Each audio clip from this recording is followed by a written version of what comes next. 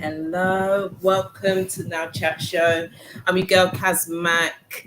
And guys, it is so hot outside, right? And I don't even know what made me decide I'm going to do this show talking about self belief in this mad heat. Right now, we are in London, I'm in UK, and apparently it's hotter than Jamaica right now. So even though I've got my Jamaican flag in the background, we are baking than Jamaica right now, and it's absolutely amazing. But I just wish we had some beach and some sand and some water. Well, I guess we're going to have to travel out to that part of the world to get that.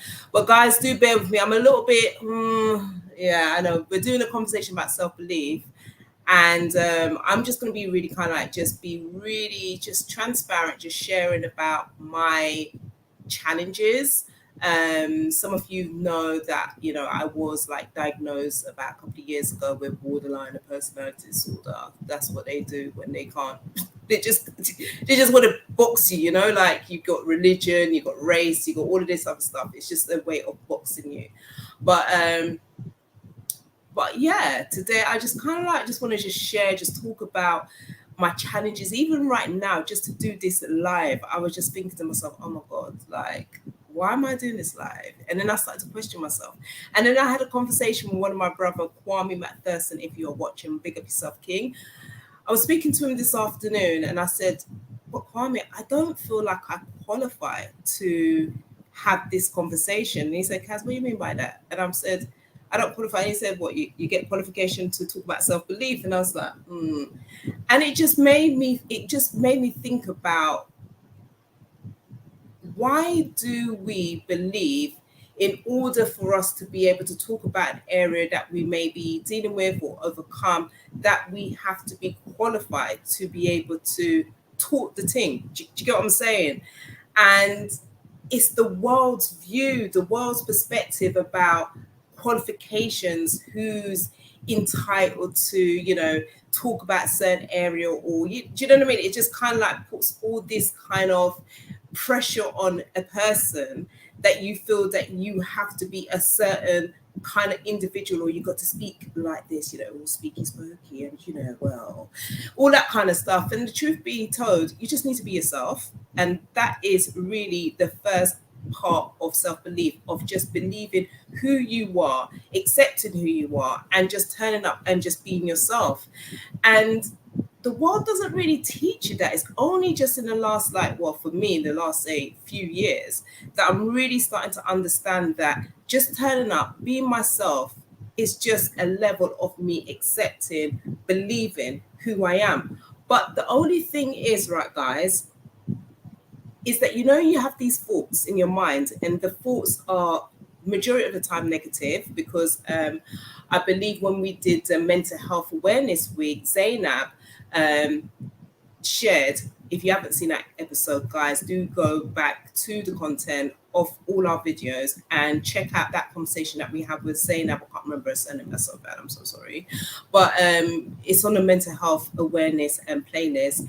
And she talks about, I believe it's like 98 or 90 something percent of our thinking is negative. So I thought to myself, bruv, like, if 90 plus percent is negative thinking, why is it that schools are not teaching us to have more healthier thinking? And I truly believe it is just a way of conditioning us, a way of programming us, and just really just keeping us in a lower vibration, so that you don't think that you can actually do more or be more than what you actually are, because you're under this low vibration.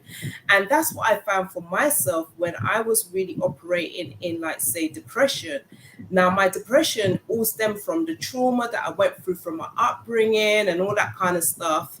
But at the same time, it's like, how then do you overcome those areas in terms of, like, say, trauma, depression, anxiety?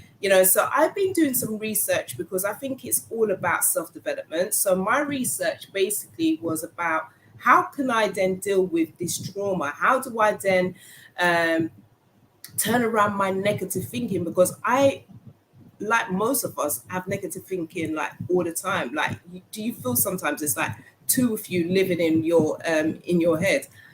And sorry, guys, I'm just like, oh, greetings, Dee Bailey. Thank you for joining. And thank you. Yep, real talk for real. So, guys, let me just, hey, Siobhan. Right. So, just before I continue to go into one, what we're going to do, I'm just going to give you a little intro about myself for those who may or may not know about me or may not even be following our chat show. I don't know why. It's a great platform and you should follow. It's not going to cost you a thing. We have great content, great guests, and just great conversation. But I'm just going to just talk about how I've been dealing with self-belief. I'm not saying I'm there yet. I'm still on a journey. I'm not trying to say that I've mastered it, because I so haven't. I don't think anybody has.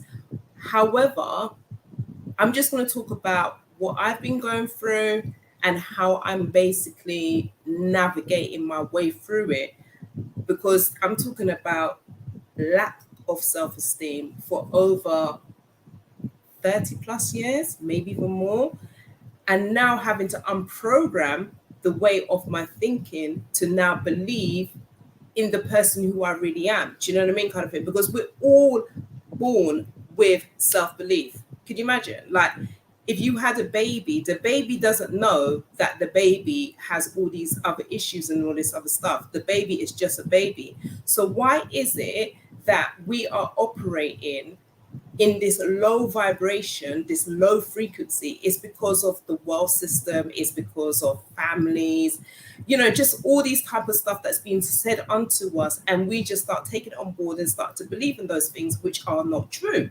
So my thing is, today I'm just going to have a candid conversation, and I'm going to be sharing the link for some of you guys to come on and share about your journey dealing with like self-belief, and what steps have you actually been using for yourself to be able to overcome certain hurdles, like negative thoughts, attracting negative people, or just not valuing yourself? Because so many of us, men and women, do not value ourselves because, one, we haven't really been taught. And I think the times that we are living in is such a great time because there's so much information out there that can actually teach you how to do just those things. So I've made a list of like steps of how you can just develop like self-belief. Now, I did get this from some website, which I will happily share the link very shortly. Hey, Miss T, what's going on, bro? What's going on, Queen? Just bear me one moment, guys. Yep, topic is self-belief. Okay, so right, yo. So I got this information right from this lifehack.org. So I'm going to share the link on this show so that you guys can go into this link and you can see the steps to how you can develop your self-belief. So number one, I believe in becoming who you are. Like, who is it that you really are? So if I was to ask, say, Janelle, Miss T, all of the other hosts, like Iola, whoever, or even ask you, D Bailey, who, like, what things do I do that's so great? Like, what are the tell me 5 good things about myself. I can guarantee you either 5 people will say exactly the same thing, or 5 people will say different things, but more or less there will be more or less the same thing, providing you are always operating in that same person all the time. Because we've got all these different masters. We've got the master of being like the girlfriend, the daughter, the work colleague, all of those kind of things. We got different masks, but overall you will see that there's something about you that always turns up all the time. So whether it is that you just like fashion, or you just like to gossip, which is obviously very negative, guys. But people, if you was to ask 5 people, they will tell you, and you ask them like, give me 5 good things about me, what would you say is my best qualities? And from that you can start to kind of like navigate. Okay, so Janelle said this about me, Miss T said this about me, Iola, and you start to weigh it up, and then you just can make a comparison to what that information you've been provided. Then you can kind of like start thinking, you know what, actually, that kind of sounds real about me. But obviously, you ask some different people, and they're going to give you the kind of like more or less the same results, or maybe quite similar. So that's another thing, and it's really about just starting to believe the person that you want to become. When I say become, I don't mean you're trying to be like, I could never be Janelle, I could never be Miss T, because they are who they are. I can only turn up and be myself. So when I say turn up to become the person you want to be, in terms of the person that you desire in yourself. So if, for example, for me, I like to travel. So it's like, okay, I'm a person that likes to travel. So I know this quality about myself. I believe that to be true about myself. So I'm gravitating on that, to have that belief about myself and owning it. So those are the things that you need to start doing, is really looking within yourself, understanding who you are, start making a list of the things and say, you know what, yeah, that's me. Yeah. I want to be like this. And the things that you don't particularly like about yourself, like say for myself, I'm a moody cow. Like, guys, I'm keeping it real.com. I sometimes think to myself, you know what, if I was my own brethren, you know what, I would have just walked out of that friendship, because I can be miserable. You guys only see me when I have this other mask on, but with me, sometimes in my house by myself, I am so moody. But then the next minute, I'm just like, I'm just having the wickedest time, like raving to myself, DJing, doing the most. But I understand that's just how my kind of vibration moves. I'm up and down. It's just like, you know, like you got a life support machine, you would have it straight and then it goes up and down. And that's just how our frequency kind of goes. Do you know what I mean? Because you can never always just be like up. Mate, no one ain't on drugs like that permanently. Hence the reason why you got people that is constantly like addicted or trying to get drugs or whatever. Anyway, but I digress slightly. But what I'm basically saying is that you've got to operate and become the person that you want to become. So it's just understanding you. In order for you to understand yourself, you have to spend time with yourself. So that was step one. Now, step two is affirming. When I say affirming, I'm talking about like affirmations. So mirror work is the one. When I say mirror work, Lisa Nichols has got this amazing mirror work exercise where you would need to write down like 7 things that you are not, say, happy about. You write it down and then you say, Kaz, I am happy because you did XYZ. So you name down 7 things that you are happy and pleased about. But while you're doing this, you have to look yourself dead in the eye in the mirror. And I'm not talking about like all dressed up. You can be dressed up, but just be raw, just be yourself, and just say your affirmations to yourself. Because when you start doing those affirmations about yourself, when you start saying, you know what, I forgive myself for doing XYZ, I forgive myself for speaking badly about myself. Oh my God, we're going to talk about that in a minute. But anyway, I forgive myself about XYZ. When you start to have that conversation with yourself, you are now starting to affirm within yourself the person that you are believing yourself to believe. You're not looking for outside validation. You're actually now starting to do that within yourself. So sometimes I might go walk past the mirror and I say, yo, like, my girl, you look kind of all right. High five, my girl, you're looking good. Do you understand what I'm saying? And another thing is, find balance with yourself. That is so true, Miss T. Miss T, I'm going to send you the link very shortly. And Kwame, I'm going to send you the link very shortly as well for you guys to come and join the live, because I do want some of you to join me in the next day, like 40 minutes, because I'm not going to rap all by myself, because, mate, I don't know if I can chat that long. Some of you can, but yeah, anyway. So going back to like the affirmations, it's really affirming positivity about yourself. So like I will say to myself, I will look in the mirror and I will say, I love and I approve of myself, or I accept myself for exactly who I am, or only good things is coming my way, and I am open to greatness coming my way. Do you know what I mean? So it's just affirming those things, and it's not just affirming it just for that one time, it's consistently. So I'll give you guys a prime example. On Saturday morning, I woke up. I don't know what happened to me. I wasn't on my period. Actually, I was I finished my period like 2 days before, and we're going to talk about that in a minute, ladies and gentlemen, because I think this is a very, very crucial topic about period. Because periods, when you're in your menopause and all of that kind of stuff, it has an impact on the woman. But we're going to talk about that a bit later.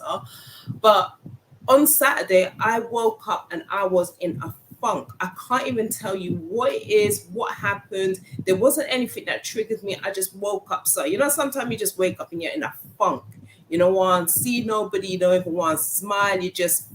Sometimes you just vex for no reason. So I had to think to myself, like, bro, what's really, like, because I'm so aware of myself. I'm like, Kaz, like, what's really going on? Why are you feeling like this? And I just couldn't really put a finger on it. But I think what I then found, when the more I kept on asking myself those questions, it wasn't really coming to me. So what I then did, I got myself dressed, had a shower, boom, got ready, and I said, you know what, boom, I'm going to the gym because I need to go to the gym. The gym is my man, and I need to go and see my man right now. So go to the gym and train my body. That's my man, yeah, gym. Anyway, so got to the gym, did yoga, had a great session in yoga, left yoga, then I went sauna and spa. Had a great conversation with a couple of the mans them in the sauna and spa. Now, not like that, ladies, not like that, but just proper positive conversation, yeah. And had a really good conversation, came out there, felt lifted. And as soon as I got home, I ain't gonna lie, guys, I just felt this funk just came back over. But you know what the funk was? The funk was my thinking. The funk was in my thoughts. It was the thoughts I was having. I was anxious about certain things that's been going on in my life. So about work, about money, all these kind of stuff. And I was just like revisiting this record going over and over and over in my head until I just thought to myself, you know what? Something needs to change. And even, sorry, before I forget, even whilst I was going to the gym, I was like proper bopping on the road and I was affirming, like, I am great. I am the head. I am not the tail. I am above and not beneath.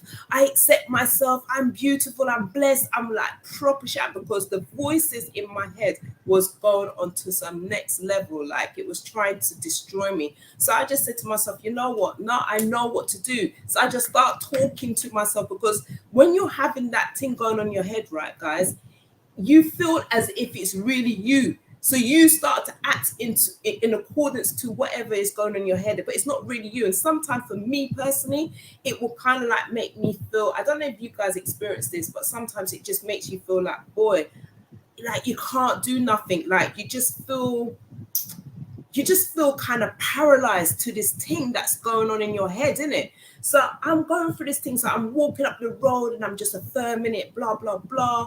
Got to the yoga class. I was a bit late, but I said, you know what? The best thing that I done is turn up, because me turning up, I turned up for myself. So those are the things that I had to work on, and that's helping me to work towards my self-belief. So anyway, going back to the thoughts now, because we constantly are consumed with like the social media and, you know, sometimes the movies, the music that we listen to, etc.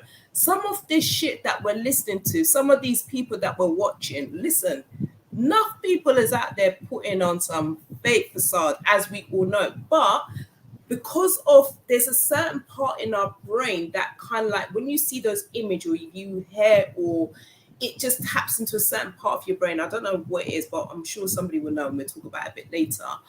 But that can trigger you. So it's so important for you to protect this, protect your eyes, protect your ears, and also protect what comes out of your mouth. Because when you start watching certain things, like even, you know, like when you're on the phone and you're just scrolling, you know, the more you're scrolling, it's like my therapist said to me, it's like this, the whole social media thing is worse than being on crack. Could you imagine that, bro? Like, it's worse than being on any form of drugs. The reason being is because you feel if you don't look, you're missing out. But you're not missing out on nothing, because when you think about it, you could be sitting on the phone. Like, for example, I will go on the phone, like I'm going to send something. So I'm going to say something to, say, Janelle. Then I see a notification. Then I'm on the phone. Before you know it, 2 hours, not 2 minutes, not 20 minutes, 2 hours of your life that you could never get back is gone, because you're now inundating yourself with all this imagery, all of this information that has got nothing to do with you. And then guess what, guys? I don't know about you, but I'm just talking about myself. Then it just F's up my day. When I say F up my day, because I start to then compare myself with all these other people who are doing great things. And please, guys, don't get twisted. I'm not saying I'm a hater on these streets, because I'm not hating anybody. I'm happy for my people then. But it does make you start to feel a type of way about yourself if you don't have self-belief in yourself, if you are not happy with who you are and what you've created in your real world, then you're gonna feel some kind of way in it. So you have to protect yourself based upon the things that you're watching, based upon the things that you're listening to, and thirdly, the things that's coming out of your mouth. Now, this is another thing that I had to work on with myself in terms of my self-belief. Because like sometimes they would say you got to make sure you don't have like negative people around you, get rid of those people that's draining you, this, that, and the other. Guess what, guys? I'll let you into a secret. I was the negative person. I was the drainer. Me. Because of the things that I was affirming, the things I started to believe about myself, which was not lifting me up. It was, in fact, breaking me down, breaking down my vibration, having a negative impact on other people, especially people that loves me and everything else, that I just couldn't seem to find a way out of this hole with the dead end with no light, because all I was really affirming out of my mouth was just negativity, and negativity. And me keep on talking about negativity all the time. Guess what it was doing? It was draining me, and then it was creating an environment that I didn't particularly want to be in. But because of what I was affirming out of my mouth, remember we talked about affirmations earlier on, yeah? For point 2, when you talk about affirmation, what are you affirming? Are you affirming negativity, or are you affirming positivity into your life? So what I was finding myself doing majority of the time, and I want to just say it's been quite a large proportion of my life, that I was affirming negativity. So, for example, I would say things like, "Oh, I'm just so stupid," Do you know that's an affirmation? So you're already telling yourself, telling the universe, telling everybody else that you're stupid. So then you're expecting certain people to deal with you in a certain way, but you're already affirming about yourself that you're stupid. Like, come on, bruv, that doesn't work. So these are the things that I was doing for myself. And then I'm thinking to myself, why is these things not happening to me? Why is these great things are not happening to me? Because I'm affirming the negativity out of my mouth constantly, morning, day, and night, all the time about myself. And I'm expecting a different result, but I'm affirming all these negative things about myself. So what I would say is, sometimes when people say, like, "Oh, I'm so glad I got rid of all these negative people," check yourself. That's what I'm going to say. Check yourself, because that's what I had to do. I had to check myself. I had to find out from myself, like, why is it that how certain people may get a certain kind of favor or certain kind of blessings? Because they're not looking at themselves in a negative way. They're looking at themselves like, I can do greatness. And even if they don't have the set to like, when I say the set, they don't have the qualification or the experience or whatever it is it takes. The fact that they believe in themselves by saying, "You know what, I'm going to do that. I can do that." When they say, like, face it fair and do it anyway, like, you're just telling yourself, "Boy, I'm not really know how to do that, but I got to do a thing." That's what I love about Jamaican people. Sorry, I keep digressing. That's what I love about Jamaican people, because Jamaican people will always just say, "Yeah, man, make can do that," and just do the thing. Yes, Sister Angela, my brethren, is here. My fitness friend is here. So, guys, so those are some of the steps that I'm talking about in terms of, like, removing negative people. It's not always about removing negative people. You have to work on yourself, because you can also be that negative person. And in order for you to find out whether or not you're a negative person, check what is coming out of your mouth. What is it that is coming out of your mouth? Are you a person that likes to gossip and talk about Sue and Dave and whoever? Are you that person? When you're on the phone with your friends, what are the conversations that you're having with this person? Is it uplifting, or is it, like breaking people down? What is it doing? Is it, when you're coming out of that conversation, are you feeling all edified? Like for example, I've got a friend, Tanisha. Yeah, when I go to her house, like on Saturday, I was feeling proper like down. I'm not even gonna lie, I was feeling down. As I mentioned, I was in this funk. Yeah, she was telling me about all this great, amazing thing that's going to be happening with her, blah blah blah blah. And I was celebrating my friend, but rather than really celebrating and embracing everything she was thinking, all I'm thinking about is my own shit. Like, I'm in my own funk. I'm in my own ego, the flesh, like, just believing that, nothing great is going to happen to me. It's happening to everybody else. But guess what? You can only get what you put out into this universe. You have the power to create the life that you want. I don't know about if you said, yo, I'm going to win the lottery, if you're going to win it. I can't guarantee you that, because, mate, I don't have them kind of powers. And boy, if we could all do it, yeah, we'll all be doing that. But even if we was to win the lottery, if you still have an off-key mindset, guess what? That money dead gone, because you're going to do the most stupidest things, because you don't even believe that you deserve to have all that money. Do you get what I'm saying? So it all is to do with mindset. Anyway, as I move on, right, so we talked about removing yourself from negative people. Now I'm going to talk about facing your fears. Like today, I'm not going to lie, guys. Right, so last night I came home, and as a creative, sometimes you have these crazy ideas of doing these things. And I was like, you know what? I just want to talk. I just want to talk about the stuff I'm going through. I don't want to talk and have like a two-way conversation. I just want to talk to people who follows the show and whatever, and just talk about where I'm at, the things that I'm going through and how I'm dealing with it and things like that. And it was like about 10:30, 11 o'clock in the night. And I just said, and I was on the phone to my brother Kwame, and I said, Kwame, you know what? I want to do this live. And he said, Kaz, that's a good thing to do, talk about self-belief, because when you start doing that, that's a part of your healing process. I was like, yeah. I said, I want to do it now. He said, now? Ain't it like 11 o'clock over there, Kaz? And I was like, yeah. And I'm thinking, oh yeah, for real. Just be all right, maybe I can do it tomorrow. Yeah, I could do it at 7 o'clock tomorrow. You see, when the morning came, I started to feel like the fear was rising up, anxiety started rising, because I'm thinking, who's going to be listening to me? What do I have to say? All of this, like, limited belief, not having self-belief, not feeling that you're valuable, not, you start to make comparison to you with other people, thinking, oh, if it was such and such was saying it, maybe it would be more, inspirational, or they've got more to say, oh, and they talk in a certain way and they look a certain way and their style is different, and all this kind of stuff, and all of that kind of stuff was going through my head. And that's why it's so important that you have the right people around you, Chane. Because listen. When you have the right people in your corner, yeah, they will elevate you. You understand what I'm saying? They will tell you the truth. Like I said, I was speaking to Kwame yesterday. I had this idea about doing this live, and I said to him, oh, I want to do it tonight. And he said, no, because it's not good time, because people are sleeping in the UK, yeah? So I said, all right, I'm going to do it tomorrow. Now, when I spoke to him today, he said, Kaz, what do you mean you don't have nothing to say? What are you talking about? You just being alive means say you have something to talk about. Your life experience is something to talk about.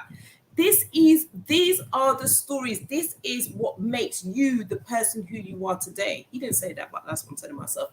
But these are the things, your life experience. Like, so for example, I went through some mad thing in my upbringing, and even I'm gonna keep it real. Listen, listen, mate. I'm being so real and so candid in this conversation today. I don't gossip, but I am the negative person. I do break myself down. Yes, I know, Angela. Me and you both do it, and that's why we are friends, because we're correcting each other all the time, daily. Anyway, so I'm going back to my parents now. Imagine, yeah, I'm at my sister's, my nephew's blessing. And I'm just got this funk, because it's like, when you say you're forgiving people, yeah, and because I've been through certain things with my parents, I've been really like, what I notice, guys, is when things ain't going too great in my life, I start to blame my parents.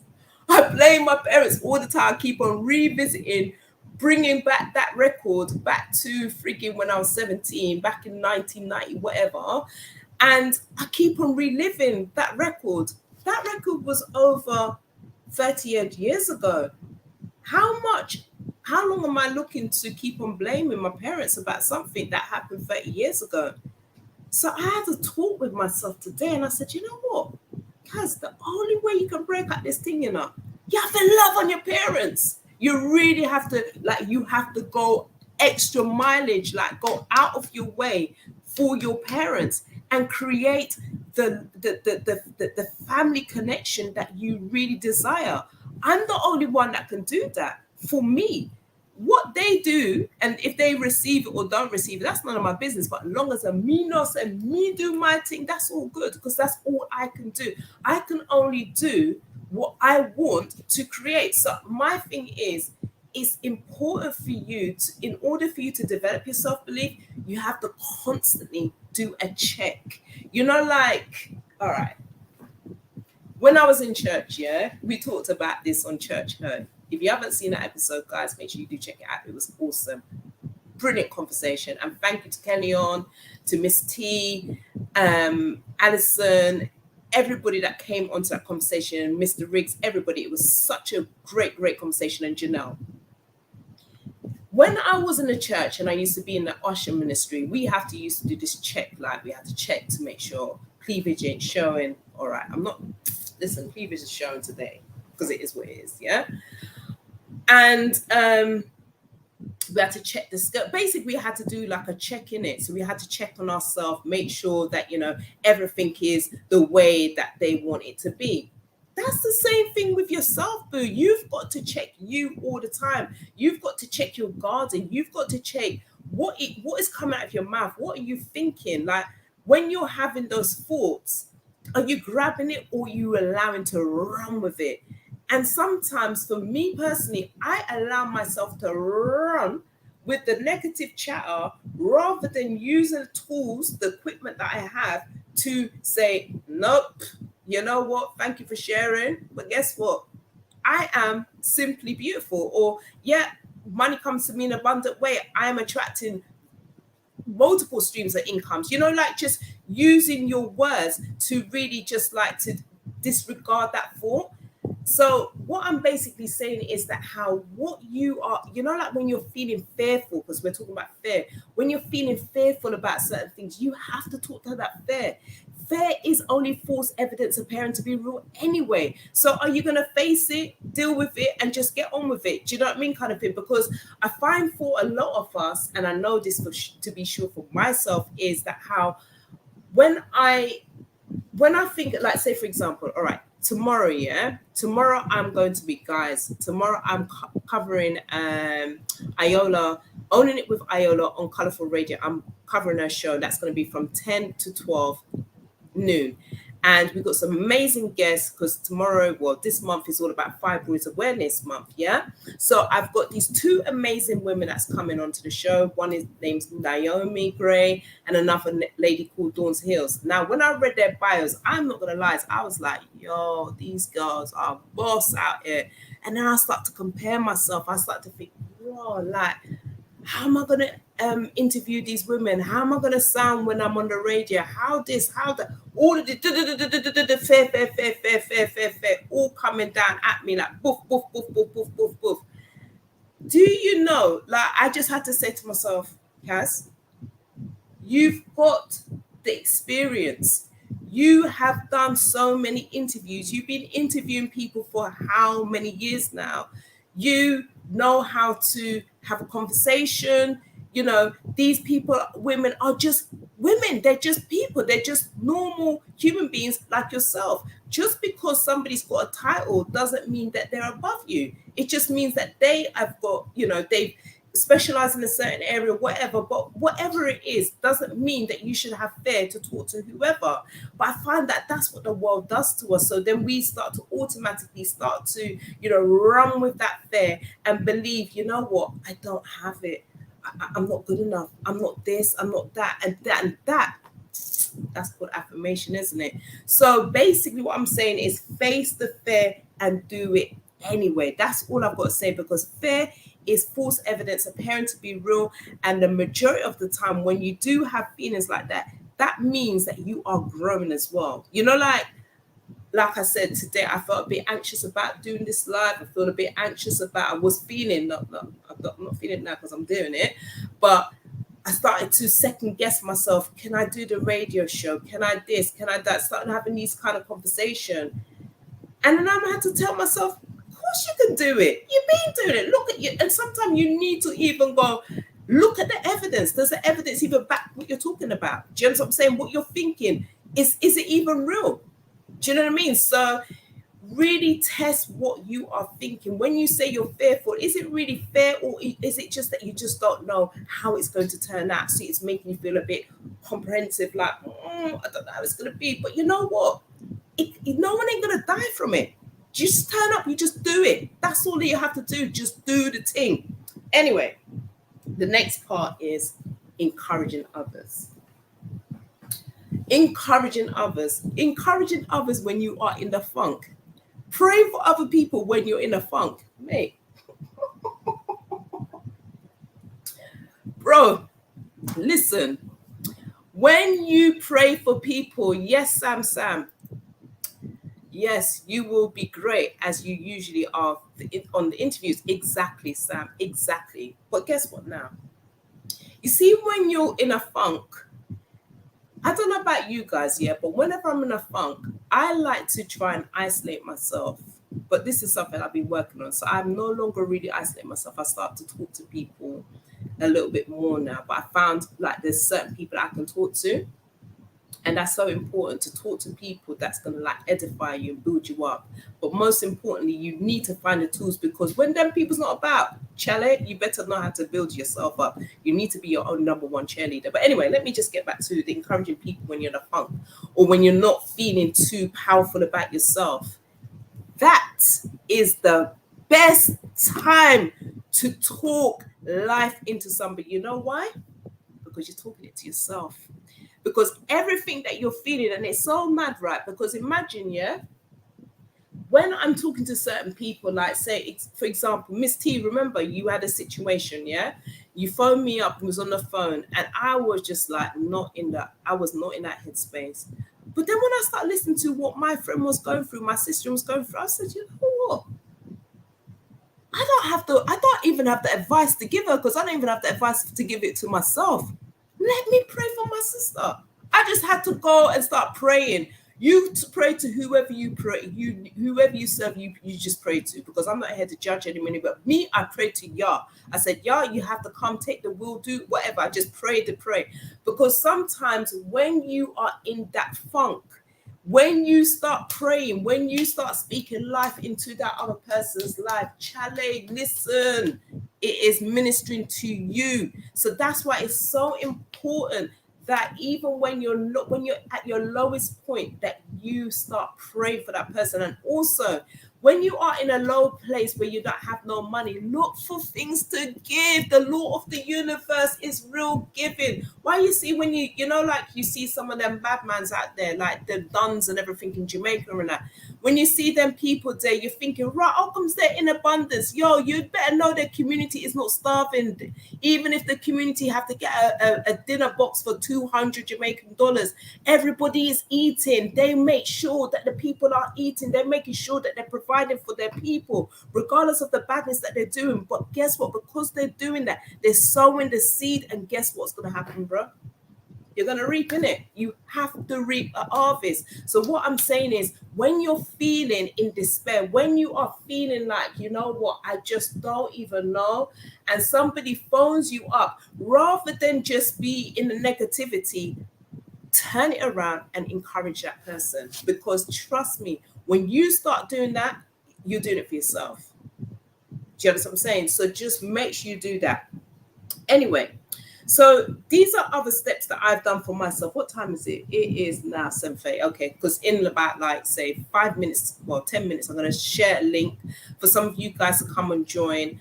Actually, I might do that about anyway, let's just see how it goes. So these are the things that I do. These are some of the self-care tips that I do for myself, because also a good part of self-belief is about how you care about yourself. And when I say care about yourself, it's talking about, I love you too, babe, love you too, Miss T. Tamola, thank you so much for joining. Okay, so like going back to self-love. Self-love is so paramount when it comes to talk, when you're dealing with like self-belief.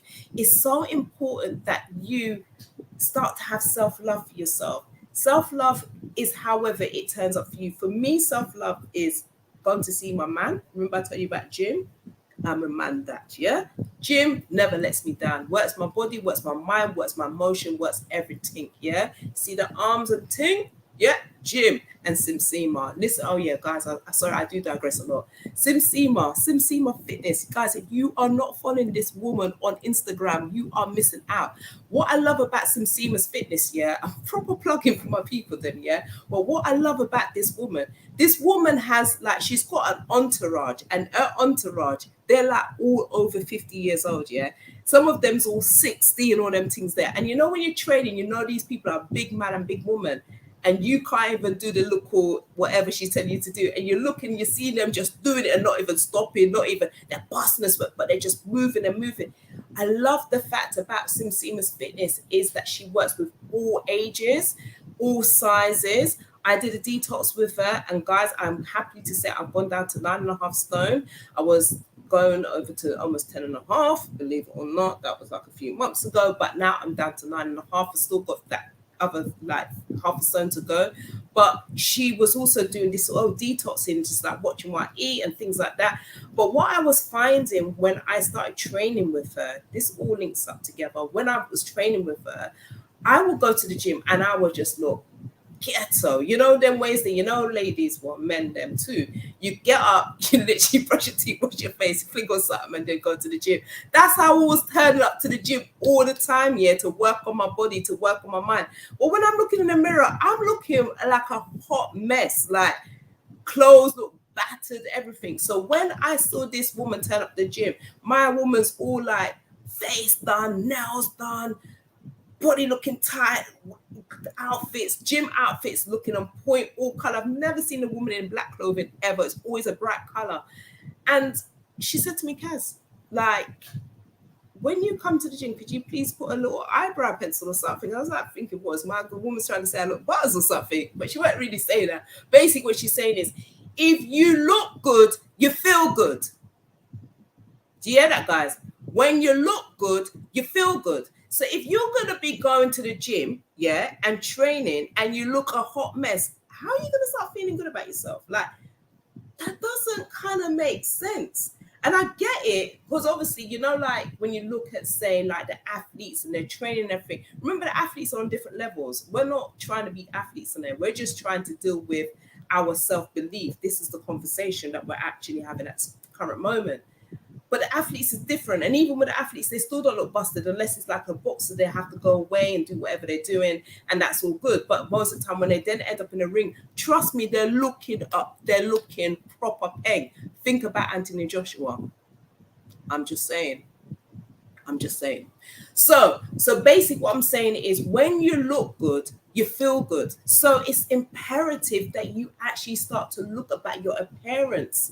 You can't just keep going to the gym and just, you know, feel like your mind's going to be thinking differently and you're still just wearing that holy trainers, which I was doing, all those mash-up leggings, which I was doing, and wearing that busted bra with no support, which I was doing, and expect to get a different results. Bruv, it's not going to work. So you need to start working on your appearance. It was something I listened to, I think it must have been ages ago. I think it was like Beyonce and Rihanna.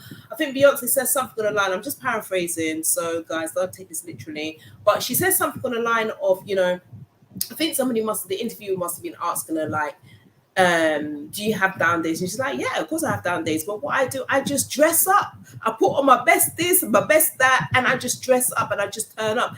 Because when you look at yourself and you look good, you can't really stay in that not feeling too good. You can't stay in that wallow state of mind, because guess what? People's going to be saying to you, oh, Kaz, you really look nice. Oh, Kaz, I really like the way your hair looks. That was me yesterday, guys. I'm not even going to lie. I was out with my family yesterday. I was in some funk.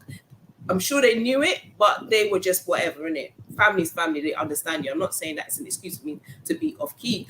But what I'm saying is that how they were just complimenting me. Oh my gosh, your hair looks so nice. And I was like, yeah, fine. See what I'm saying about attitude? Then it was just like a light bulb. Cha-ching. Hold on a second. Why are you operating your ego? Like, are you stupid or something? Do you not know the reason why you're here? Like, whatever you're dealing with, which you're not dealing with anything anyway, because all that's going in your head is a lie. Stop it. Stop it. Because you are actually destroying other people's energy.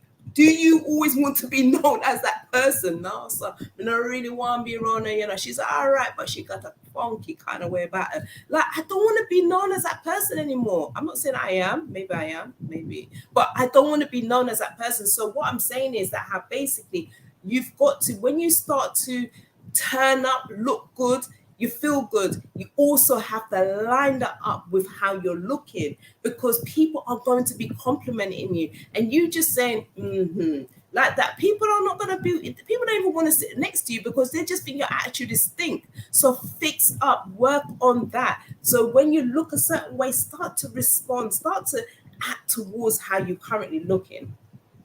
Anyway, so that helps with self-belief. So I think the time is now 7:47. Oh, let me see what some of you guys are saying. So very important points for real. Yes, Miss T. Always put your best foot forward. Absolutely. Because that, with you not putting your best foot forward, guess what? You're just telling the world how to deal with you. Do you understand what I'm saying? Like, you're showing the world, this is how I want you to treat me. So if you're dealing with you in a certain way, then guess what? The world is going to deal with you in that way. Namas. Anyway, so guys, I've just shared a link in the chat. And if anybody would like to come on to the live, Akuwa, I'm not sure if you're about, Tremaine, I'm going to share the link because I want to have some other people in the conversation with me, because my mic's feeling kind of tired. And it will be great for others to come on to the conversation. And yeah, just come on. I mean, let me know. What do you guys think? Like, do you think that in order for you to develop your self-belief, it all starts off in the mind? Do you believe that to be true? If you do believe that to be true, please send me some fire flame emojis, please. Oh, my cousin, you see what I'm saying about family? You see what I'm saying? I know, listen, when you're an empath, you know, you can tell by people's energy, and that's a mad thing. My energy is so off key, I can even feel my own energy because I'm me, innit? But I know that other people can feel it as well. So my cousin just said, glad you had that light bulb moment. So you too could sense that I was acting off key. And guess what, guys? If I didn't have that light bulb moment, could you imagine I could have just flopped the whole of that family event because of my off-keyness? So do you understand what I'm saying about you being your own worst enemy?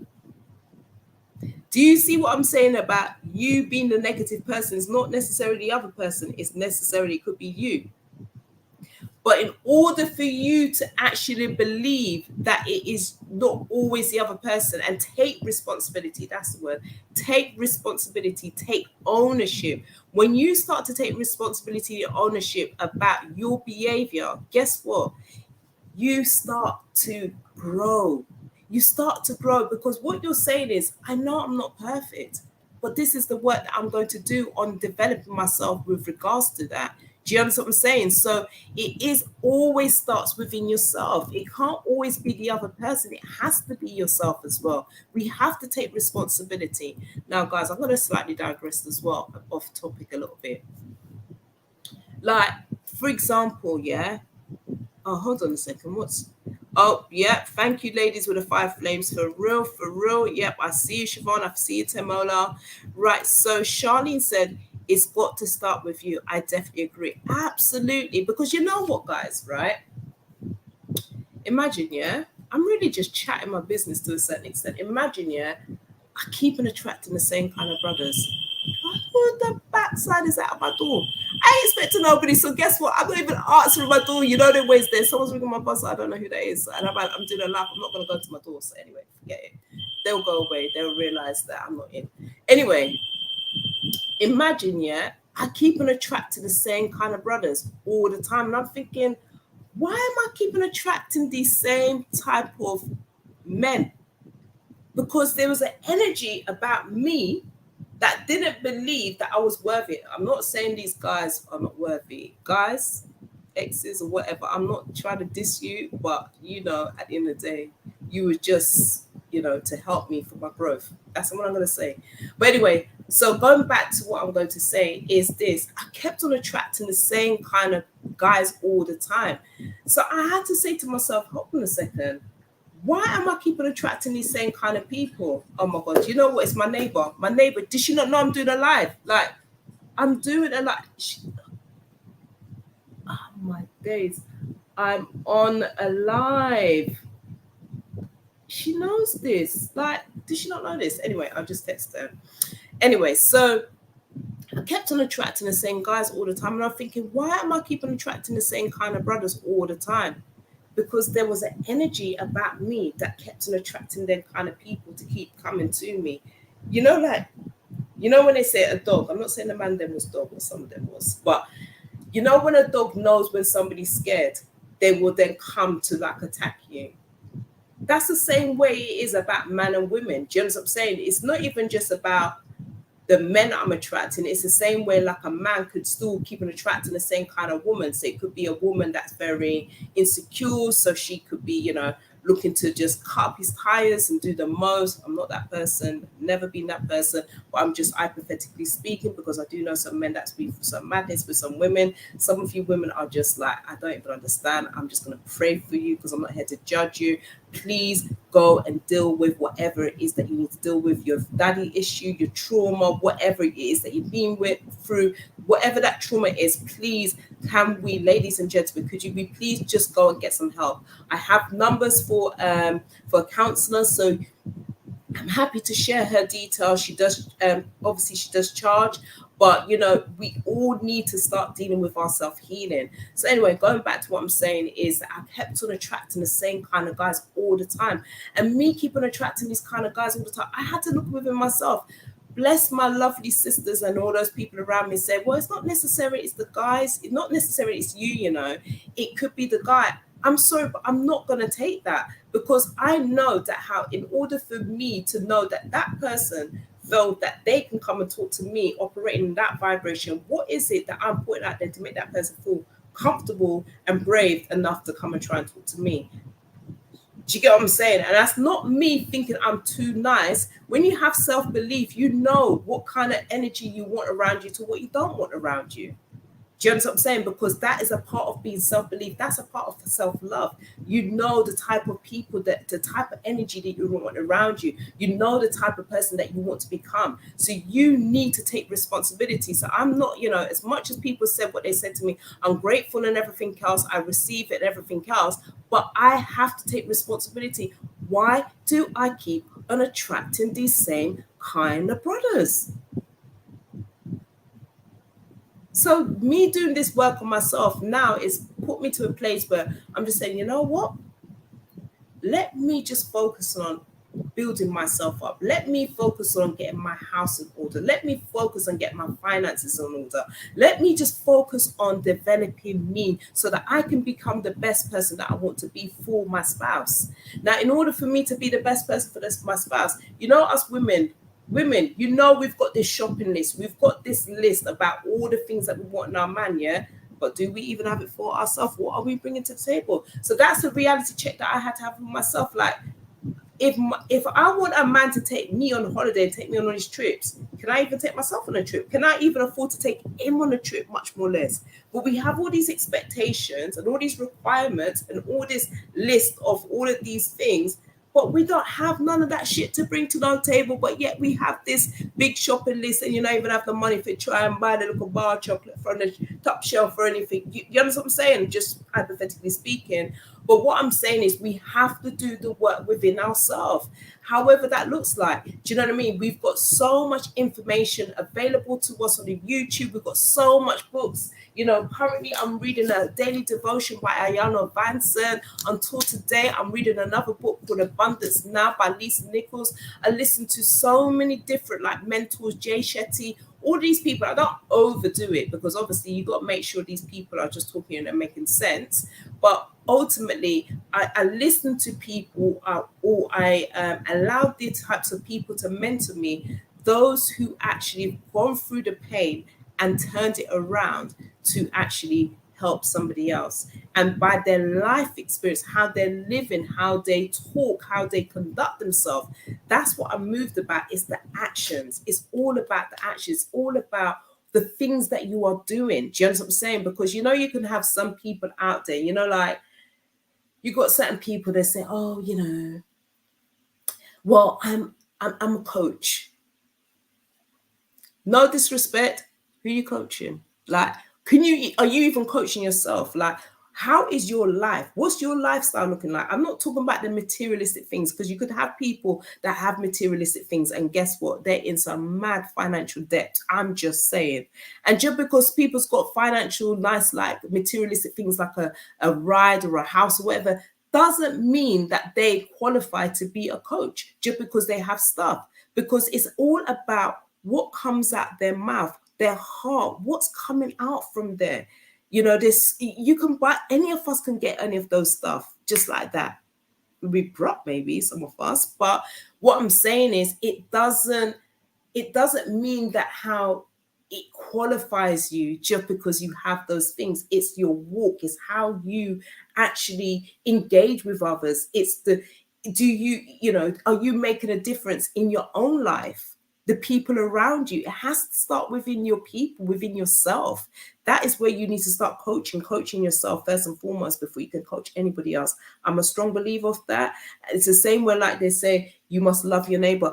I can't love my neighbor if I don't love myself, because me can't love somebody and me don't know if I love myself.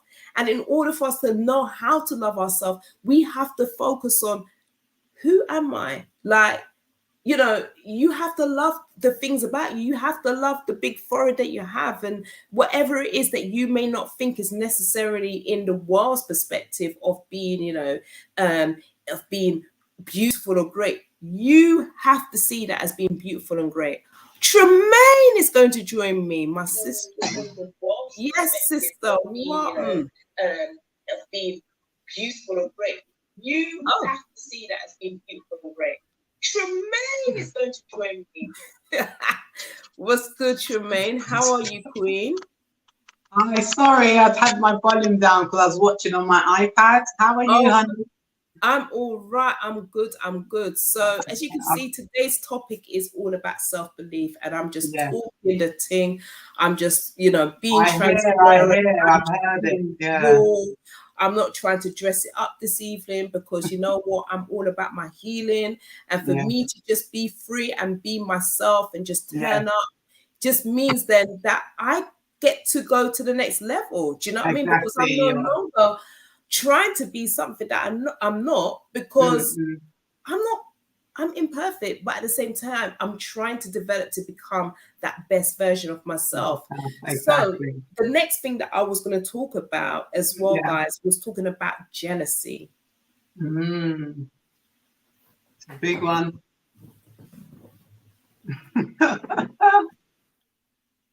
Jealousy. Now, yo, listen, I'm keeping it real.com.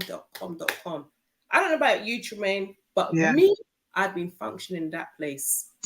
But what I'm doing, and it's not even so much as jealousy of, I don't want my friends or my sister or whoever not to have these great things. It's more of a place of, am I getting left out? I Do you get definitely it? can relate to that, but mine is a little different. But I definitely it's still got the same concept. But yeah, no, I definitely understand where you're coming from. So when did you identify that in yourself? That shit, am I actually? Is it jealousy? Is this jealousy? When did you identify that? Oh, I clocked onto that when I was in church. Yeah.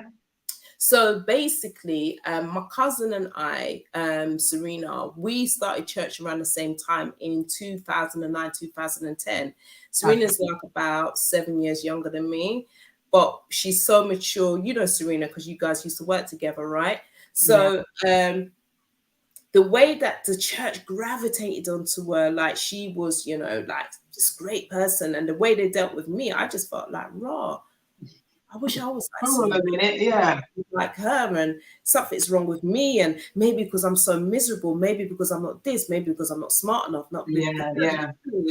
all this shit was going on in my head, that I started to deal with it in a certain way because of my resentment, because of my own insecurities within myself. And let me just add this, normally jealousy is always about an insecurity about yourself. Let's be Exactly. clear on that. It Yes. always starts from an insecurity about yourself, whether it is a thing, Definitely. a quality that you like in another person, that you desire it for yourself. And there's nothing wrong with desiring certain things, but you've got to remember what's for that person is for that person. Exactly. It's Not like everything is for your you. friend marrying the man and he look Mm. buff or whatever. That's for she man.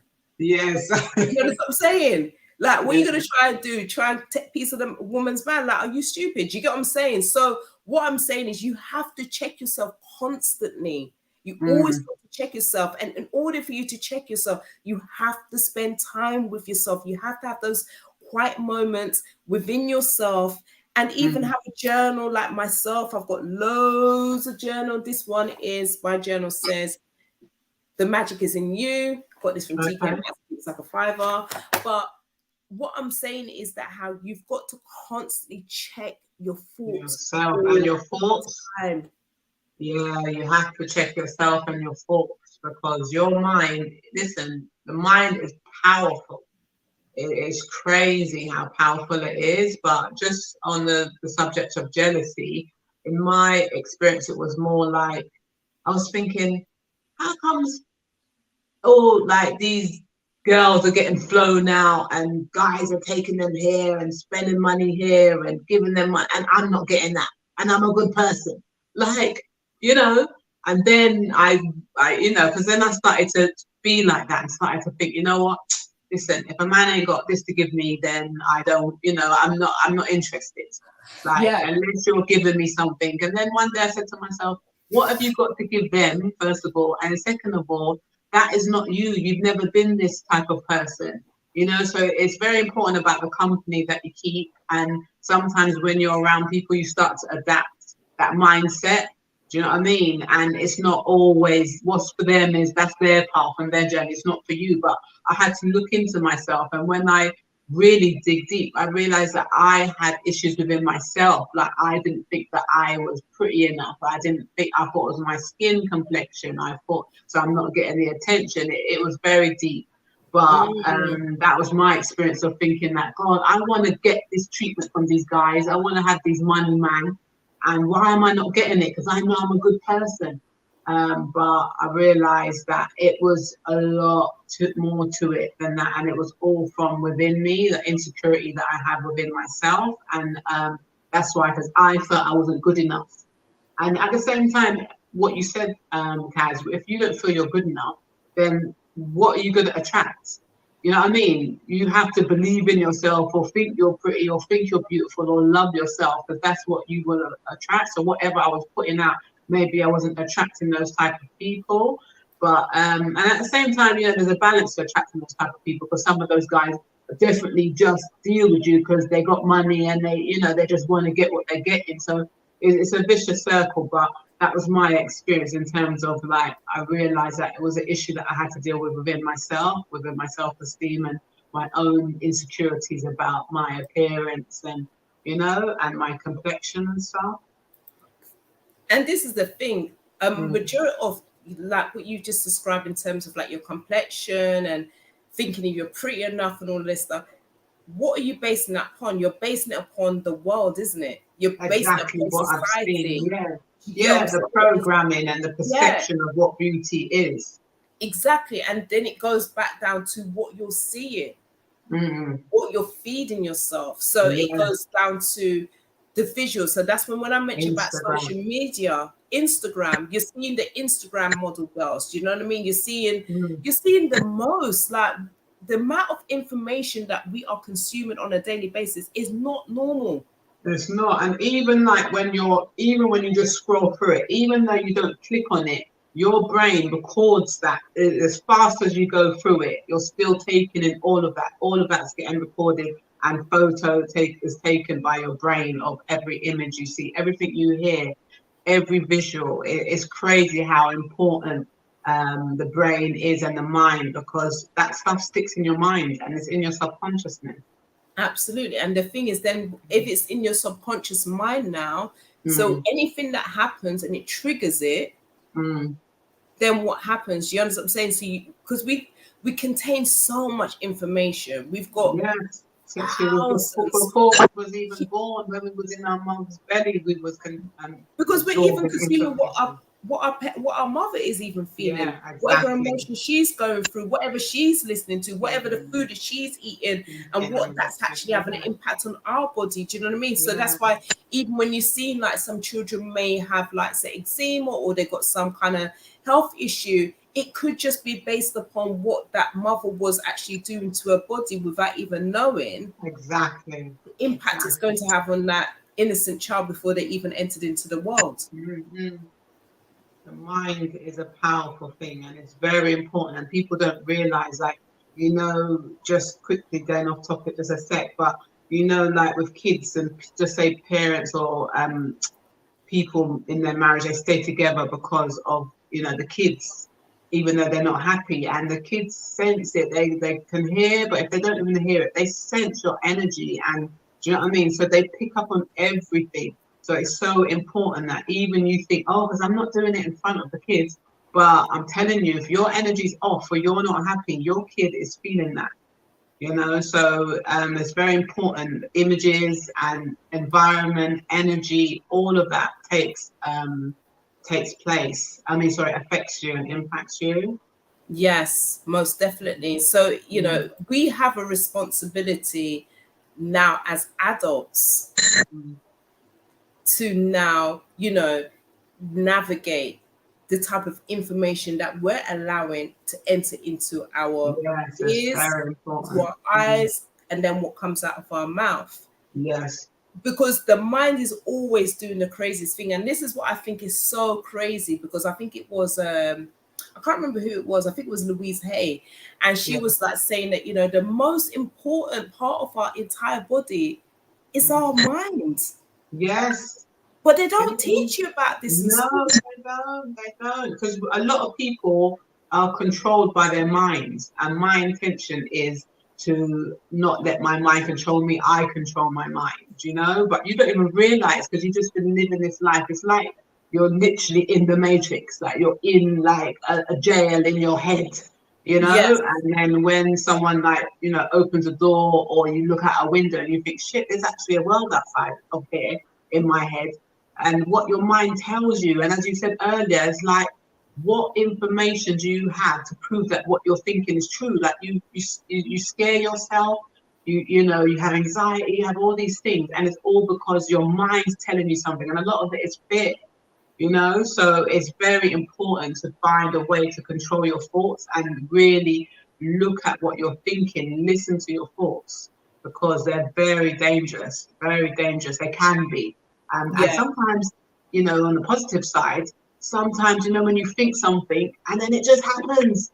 Or years down the line, you think, I remember I was thinking about this, and then it happened. Or you're thinking of someone and they call you. That's not a yeah, coincidence. It's your mind. Like, you have a yeah, power inside you. yeah. So yeah, the mind, you can do great things. Imagine if we was able to really tap into that. Imagine what we can create. Because we're But all geniuses. We're all but geniuses, but this it's is just that it. we haven't really know how to tap into it. And it's also coming back down to the self belief. Yes. Because Yes, in what order to for you to believe. believe that can happen, in order for Mm, that, whatever it is that you may say, I want a massive house, I yeah. want to have a 5-bedroom house, and I want to have a garden, I want to have 7 trees, massive trees in Mm, the garden, all these kind of things. You can put that on your vision board. You can keep mm, looking at it. But if yeah. you don't believe, you don't line yourself up to that to believe, you know what, I can actually, I'm It's going to not. get that. Yeah, it's not gonna happen. It's not going to happen. No, you have to believe it, and you've got to get to a point where you just know. It's a knowing. You just know it's gonna happen. There's certain things that I've experienced in life, and I've said to people, I don't know how I know, but I just know. And everything I've said, it always comes to fruition. So I always think, okay, this is like when I knew this was gonna happen. And I tell people, and they say, Tremaine, you told me, you knew. How did you know? I said, I don't know. I just know. So you see, when you had that knowing and that belief in you, you don't know, but you just know, if you know what I mean, and it happens, but it has to be in. And my thing that I'm really battling with and definitely trying to work on is my subconscious beliefs, because I believe that I'm going to achieve, all the things that I intend to achieve, but does my subconscious believe that? Because I have so much embedded programming and beliefs that as some man's beliefs or people's beliefs or my parents' beliefs. Do you know what I mean? But it's not Yeah. something I've experienced that I want to change, but it's embedded in me. So I'm really working on trying to work on my subconscious beliefs and what's going on in my subconsciousness. So as you said, the affirmations and so much other stuff that I want to do that I've spoken to you about before in terms of the brain training and the Yes. subconscious training, because I really want to change those beliefs and just, let go of those old experiences and old traumas that I've had, because that's what's affecting my belief, my self love and self worthiness right now. Do you mind sharing with our Mm, listeners and those who are watching the replay yeah. about this transforming of your brain? Talk a bit more Okay. about it. Yeah. So I'm not a professional yet at it, but I've been doing a lot of research in it in terms of trying to understand how it works. So basically, I found it through a number of podcasts, but it started from Earn Your Ledger, EYL. They had a podcast with a guy called 19 Keys. He's a very deep brother, and Well, he, it's is all about our people, and he's all about knowledge and generational wealth. And he's next level. He's deep, but he's very good. So then he had a guy called Billy Carson on his show. And I don't know, some people know about him. He's even deeper, but a very good, strong black man. And he teaches us so much about life and our history. And I was trying to find some information about him. And then I found this guy called David McCullough. He has a podcast called Inner Wealth. It's very good. I recommend people to watch it. And basically, when I watched it, they were talking about getting out of the matrix inside your head and the trauma inside your head. And then he said that he has a mental health gym called Inception in Michigan, Detroit. And in a lot of his podcasts, he talks about what the facilities and what types of circuits, he calls them, that he has. So basically, he has one which is called the brain training. So basically, it's not nothing like some what do you call it? What's the I'm trying to think of, not Doctor, oh God, Frankenstein type of madness. It's oh not no, nothing like that. It's yeah, just basically what they're doing is they're bringing your brain back to a normal state and like a comfortable state, and that means that you all the things that your brain's always constantly thinking it has to protect you against or deal with, like for instance something might have happened in your past or something, I don't know, your brain is in survival mode, so your brain's always consciously keeping you in that mode so that it feels that it's protecting you. But you see, like when you get back to a normal state, the brain is not focusing on all those different things and beliefs and programming you had before. So it opens up your brain, and then people say that you get so creative. You see colors differently. You know what I mean? You just feel like you're just evolved and elevated to another level. But it's because your brain has had a chance to be normal, at a normal state and relax, and then it sort of, you have to obviously do it continuously as often as you can, but basically it just starts to just retrain your brain to just be normal and not be thinking about all of the things, to think about from your child until now, everything you've experienced, whether it's listened to, eaten, said, has been recorded in your brain. Everything's recorded. Just think about how you hear a song that you used to love 20 years ago and you remember every word to it. It's because everything's been recorded. So every visual you've seen. So if you're watching these murders of black men by police every minute, that's all recorded in your brain. So every single thing. So I want to try and, you know, let go of those things, those images and those beliefs, and, you know, and just let my mind be open to learn new things and to let go of old beliefs and old traumas. So they call it brain training, but the facility has lots of other things. They have floating, they have things for toxins in your body. They have, there's so much different things there, but the brain training is one of the things I want to definitely do. So I'm going to go there and experience it. And I've, you know, seen people that's been there and experienced it and heard what they've had to say. And because for me, I think that we have to do the work. So it's like therapy. You've got to affirmations, you know, what your information you're intaking, even the songs I listen to. I'm even as going deep as like the Christian songs. If it's always saying, oh, this happened to me, oh, God, life is so hard. I don't want to hear those songs every day, you know, because your brain is taking it in. So I want to hear the song. Stop. Exactly. So all them songs like that you've just been listening to since you were a kid, I want to start listening to songs that's more uplifting. The words are very important because your brain's recording it. So things like that. So that's why I really want to work on the brain, because I've had 40 years of hearing things and having beliefs that now I'm just like, who even said that?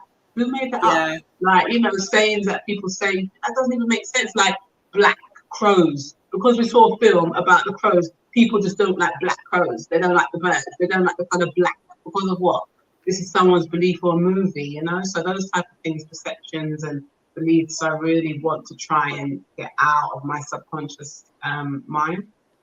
That's amazing. But I think if more of us had that mindset to, you know, want to like retrain the mind. How you think, yeah. Could you imagine the kind of world that we'd be living in? Listen, do you know how powerful it would be? I've always thought, and I know this is a bit weird, but I've always thought, like, why is it that when black men get stopped by police in America, that they are scared? You have a gun and I don't have nothing, but you're scared of me. How does that work? So I don't know, and one day it might come out, but I think black people have a power and they don't know that we don't know we have it, but they know. Because why are you scared? You have a gun, I've got nothing. So I think there's a power in us that we don't know that we have, or we don't know how to tap into it. Why they're so scared of us, you know? So I don't know. I just think there's something about us as people that we have a power, and it might not even be a black thing. It might be a human thing, but you know, I think there's something behind why they're scared. Because how can you have a gun and I don't, and you're scared of me? Yes, Miss T, thanks for joining in on the live. Now, anybody that is watching and you want to come into the conversation, don't be shy. This is a community channel. We're here to edify, share experiences, etc. Today's topic is about self-belief.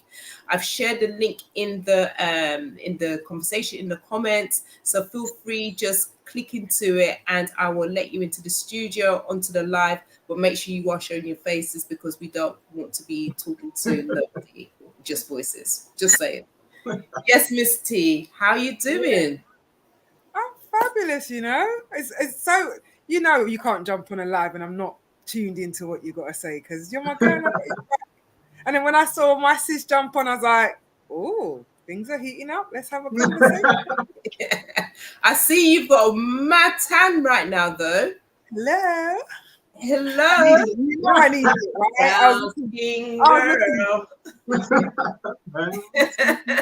You know, when some people, right, and I crave it all. Well, live in the UK, so I expect it not to be consistent. But when it comes out, I take full advantage.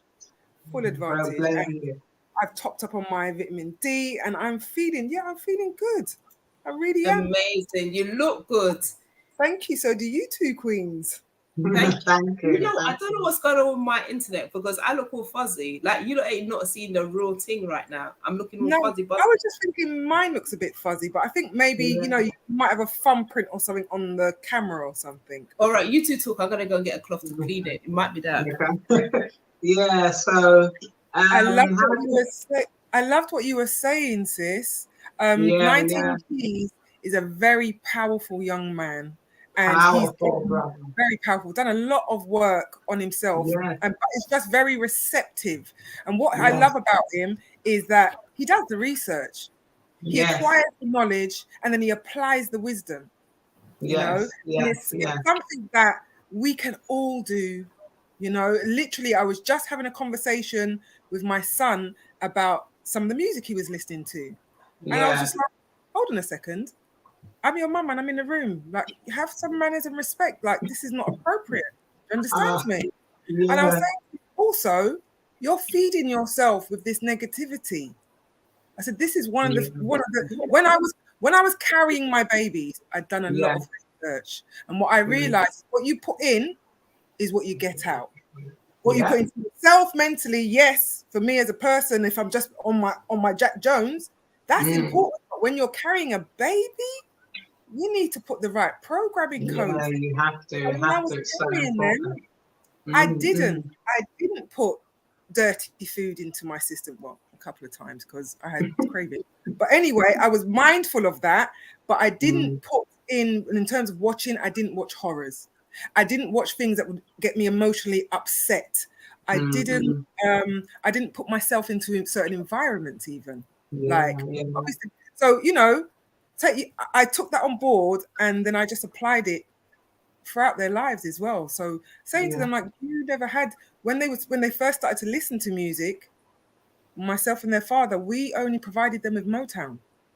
Oh, We provided nice. Yeah, them with happy, the Jackson love. Yeah, Fives and all the music that was talking about love and beautiful things. That's what they grew yeah, up with. Now they're yeah, teenagers, they have access to a plethora of yeah. music. And obviously them coming from our cultural background, they Mm. gravitate like, the Yeah, rap, yeah, rhyme. yeah, So, and dancehall. Yeah, it, but you planted the seed. You planted the seed, and that's the greatest thing, you know. right. And I don't want to give them, I don't want to be too strict with them because I want them to kind of like think about the input that we've given them, because by the by, I hope that they will that what we've installed in them, they will take it forward. Yeah, But at the same time, I want you to kind of find your own way and have your own yeah, experience. which is Otherwise, true. Yeah, that's they me have to. smothering them. I have to Yeah, yeah, trust. I have to trust that I've done a good job in setting the foundation. exactly. So Yeah, I have to give them a little rope to see what you're going to do with yeah, it. yeah. You have But, to learn. You have to yes, experience things for yourself. You know, because that's where we're here. Think about it. Our parents didn't know none of this stuff. This stuff that we learning now. Do you know what I yeah, mean? So we're gonna be the generation, or I'm sure there was a few people, but this generation now with the internet, we've been exposed to so much information, and we're experiencing new things. So if we followed our parents, then we might just still be in the same beliefs or go the same way. So your parents take you so far, and I think that it's a good foundation, because at least you know that your children will have a good head on their shoulders, yes. and know right from wrong. But at the same time, they have to fly the nest, and they have to learn and experience stuff for themselves, like we're doing right now. Yes. Absolutely. And that Mm. also is a part of self-belief, because then you're helping them to believe in themselves. Do you understand what I'm Yeah, saying? Because I'm not a parent, but yeah, based upon my experience with my parents could only go as far as they could go based upon the resources that they were provided with. exactly. Hmm. And that's where I'm starting to learn. I have to really forgive them Mm. for all of whatever it is that I was not happy about, etc., because they can only do what they knew and Yeah. what they were shown. Mm. Because Yeah, you've got to remember, they did the best they could. yeah, because the majority of, I mean, when you think about it, a lot of our parents has been through a lot of shit, you know. Yeah, a lot. A lot of shit. So how do they then have self-belief in themselves Mm. based upon the stuff that they've been shown or not shown? Mm. The times that they were living in is a different time for us. No. Do you know what I'm And all, saying? yeah, and all the stuff they're carrying, and a lot of them don't even speak about stuff that's happened to them. You know, because black people, we don't really talk or share. You just you're just taught to get on with it, or that's your issue and it's nobody else's problem. So I think that all of that as well that our parents have had to deal with, it's not easy because those times, boy, when my grandparents first came to England and what they used to call her, and I don't know how I would have managed in them times there. I just don't know, brethren. I don't know. So, boy, I definitely would have been a slave that would have been running. So they would have probably chop off my foot, chop off it, because I don't know about that. Because I wouldn't have been in a house. Yeah, I would have been in the field, even though I love the sun. But still, so they really went through it. Our grandparents, our parents, and our foreparents and ancestors. For sure. Yes, Yeah. Kwame, we see you. He said, what's with the hairs? Everybody gone left. You know what? I thought that myself, like, oh look, we're all coordinated. Yeah, for real. That's funny. It wasn't planned. No, it wasn't. It's It's the just greatness in us. It's the greatness. Great minds think alike. absolutely, we're just all in lines with each Mhm. other that way, we're just all to the left, everything else to the left, anyway, yeah. I'm not really a Beyonce fan, but she's got some great music out there. Yeah. Very catching, but yeah, everything's to the left right now. But yes, so this self-belief, what's like how, because you're somebody that I really look at that really believes in themselves. Have you always been that way? No. This has taken a lot of painful experiences and a lot of self-reflection. I believe in when I got taught about reflective thinking, that really helped to propel me to where I am today. So, not blaming, because I did for a long time blame my parents. And I realized that that was futile. Like I needed to be, you've got things that they done that they could have done better, but on the grand scheme of things, I had two that they were very balanced. My mum was a talker. My mum always talked to me and explained things to me, and my dad wasn't a talker. He was very much, get on with it, do what I say, not what I do, kind of thing. But my mum would take the time to explain. And then my grandparents, even, I had very different grandparents. Like one was very strict, she'd come off like a dragon, and I was scared of her. And the other one was very much down to earth, like smoke a spliff on her 60th birthday kind of woman. Right. Do you understand? Yeah. I've been fortunate to have access to so many different kinds of people within my family that, and just people in general. When I look for beautiful souls. I look for those connections and those experiences, and I will take a lot of learning. But I'm also a person that searches for knowledge and information. So, whilst you were talking, I read a book a long time ago by Dr. Malachi Z. York, and it was about the mind. And when I read that book, one of the things I put it in the chat, like your mind is an elusive animal to tame. When I read that, what does that mean? Wow. But I'm telling you, if you can get hold of that scroll, I'm pretty sure that 19 Keys and a lot of those teachers that are out there read Dr. Malachi Z. York's books. And I know there's going to be out there that say, oh, he's this, he's that, he's in prison. It no matter. He was a vessel to bring information, and the information is out there for everybody, So it's how you receive it. So I'm a person like I love to read. So when I found certain books, I dove straight into them. I applied it. So it's not easy, But if something's too easy, like who wants to do it? Like you have to work at it and you have to be consistent. So I would always say there's so many different varieties of information to suit you. You just have to find it. You know, not everything's going to resonate with you. You're going to have to find stuff that is for you. You know, Yeah. so I've done that, and I've consistently applied it to areas of my life. So no, Kaz, I haven't always been this level-headed and chilled, and it's taken a lot of work. And actually, that lockdown period, I needed it so badly. I think a lot of us did, because you know it was a time where I wasn't in the rat race. I wasn't doing right. I've got to do this. I've got to do that. I've got to do the children. I've got to go to work. There was a calmness, and within that calmness, I was able to really go into myself and look at the things that I liked, loved, loathed, and said to myself, right, let's make a plan. We're gonna turn it on its head and sort it all out. And 2.5 years later, I'm the happiest I've been in my adult life since before, like when I was having the children. Like you're a young person, got around and done things, traveled, all that. But after having the children and being in a relationship for a long time, I lost myself. I didn't know what I was doing, where I was going, who I wanted to be, because I had so many people put different garments and labels on you, and you just, oh yeah, I'm that, and you take things and you put it on and like it's yours. It's not yours. You have to strip all that stuff off and get down to the core, find out who you really are, you know. And I've done that, and I'm happy on my journey. I'm happy with myself and being alone.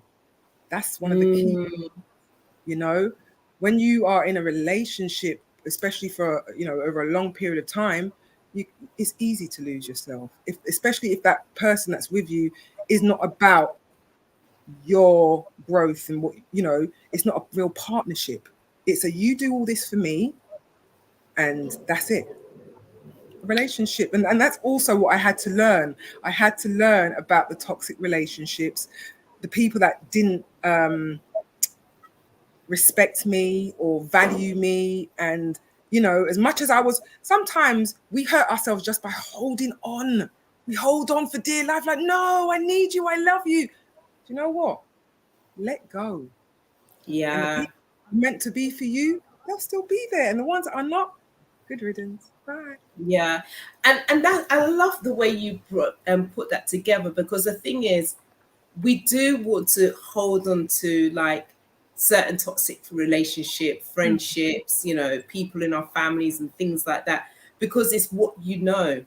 Yeah. You know, and even though, you know, it may make you feel a certain kind of way, but because it's just a way of being, you just accept it and then you just stay. And the thing is, when you stay in those types of relationships, it doesn't allow the real thing, the next part of your life to then come in, because you still got that person or whatever it is blocking you. Yeah, or you're still blocking you. You get it? You know? Most of the time, the blockages are from you, because you have the power.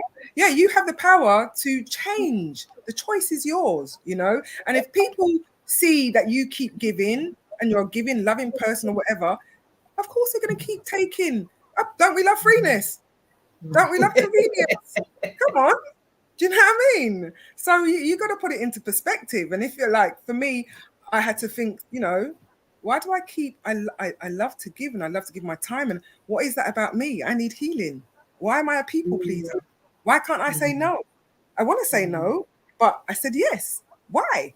So you have to do the work on yourself and get down to the nitty-gritty of what is all this going on with me? And no, sort it out. You'll be much happier. And if it's just you left with one person or nobody, so be it. Yeah. And I think that once you've been have the self-belief and self-love, you know your worth, and you're not going to accept certain things in a relationship or certain men. You start to see the signs, and you just like, why are you going to put yourself in that situation? Because you know you deserve better, and you know 9 times out of 10 how it's gonna end up, you know. So I think once you have that self-love and self-belief and just inner happiness, and it's through yourself and not through people or material things or money, then you will attract different people, but you won't accept certain things, you know, because you know you're worth more than that. Your happiness is the most important thing to you. Yep. So I think once you work on the self-belief and the self-love, then, you know, everything will fall into place, you know. Yeah. Asha. I agree with you. I totally agree with you 100%. But in order for that to happen, you have to be aware. Yes, definitely. A lot of people asleep are not aware. A lot of people. A lot of people's under the bed, under the blanket, got the pillow on top of their head, and they don't know what's going on. Yeah. Oh yeah, I used to do that. I used to call myself the ostrich because I would plant my head firmly in that ground and not come up for air. I actually even realized that I wasn't breathing properly. Wow. Breathing. So like coming into your body and realizing certain things about how you're doing things. I was just like, I don't breathe properly. So even that, I was like, I'm actually starving myself of vital oxygen and nutrients. Exactly. It's not good for me, you know.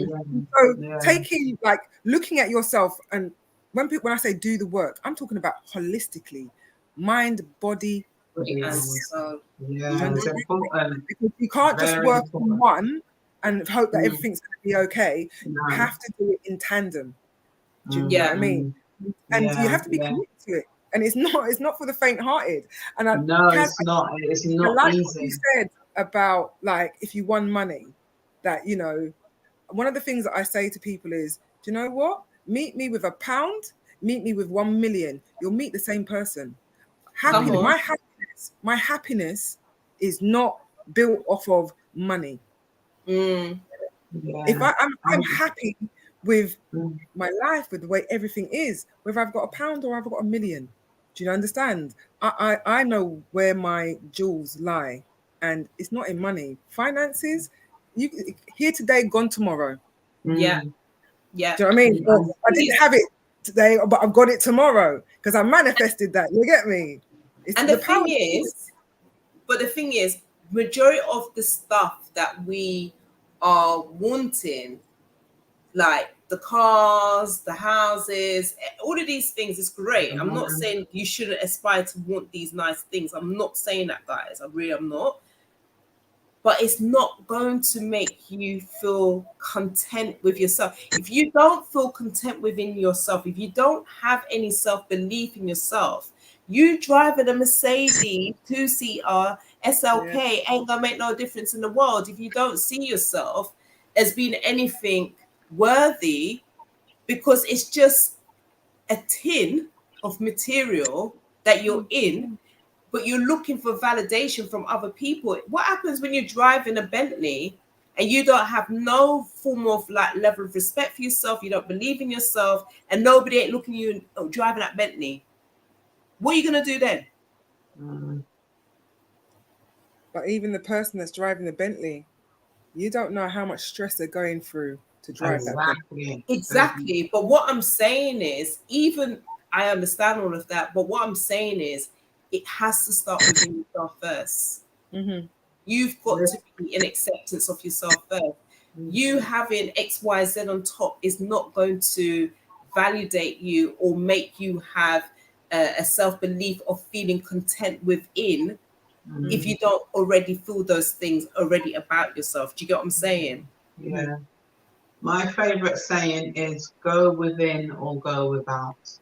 Because I believe that if you don't go within, you go without. And that can be, you know, you can look at it all different ways. It can be happiness, it can be, you know, a magnet, it can be all types of things. Just take from it what, you know, you please. But I think it's so important. If you don't go within and work on you and get to know you and, you know, become the best version of yourself, then you're going to go without all the things that, you know, you want to experience, should I say. I'm just looking at what Angela said. Sorry. This is me. I'm such a people pleaser. I want to say no, but out loud, I hear myself saying yes. You know what my new line is? When somebody asks me something and I'm not sure, I always say, let me get back to you. rather than me saying yes, because that's naturally been my doormat of, my default has always been a people pleaser. Yeah. I always say yes, yes, yes, yes, yes.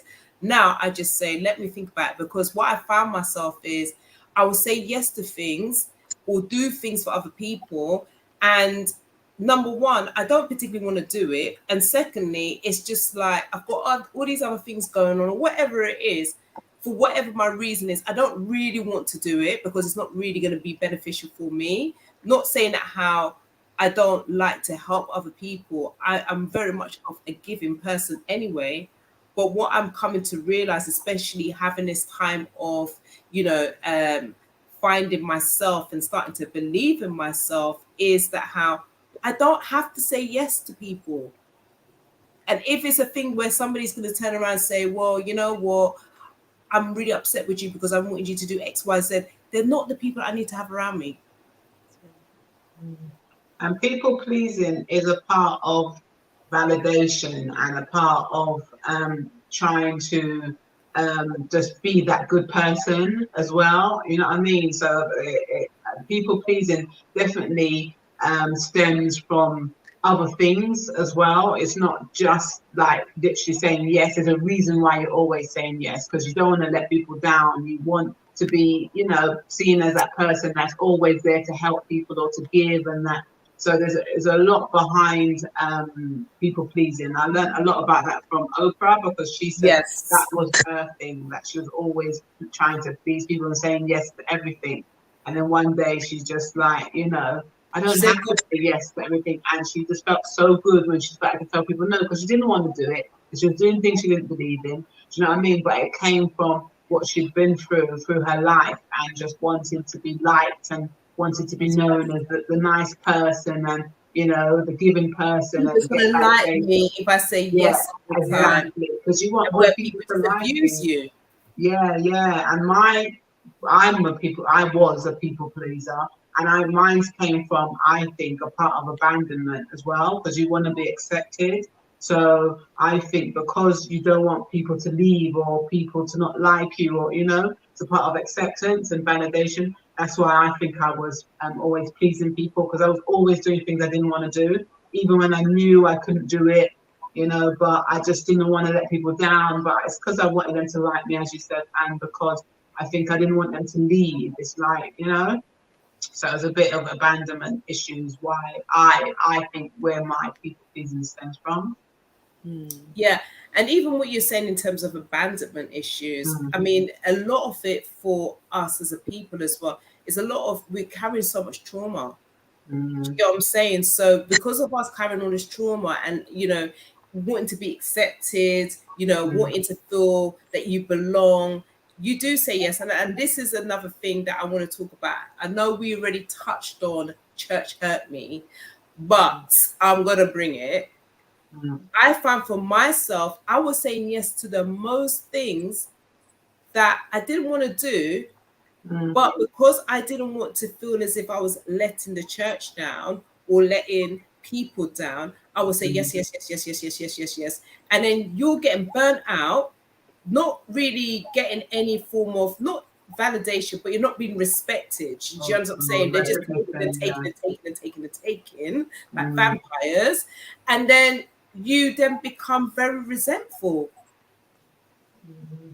That can Like happen. even Mm, because even for myself, like yesterday, I went into a church for the first time in how many years for my nephew's blessing, and it's a mm, mega church. It's called Tab in Lewisham, and I went in there, and my heart just felt. is it heavy? It's Mm, like I'm gonna be around these religious people. They're gonna be judgmental. They're gonna this.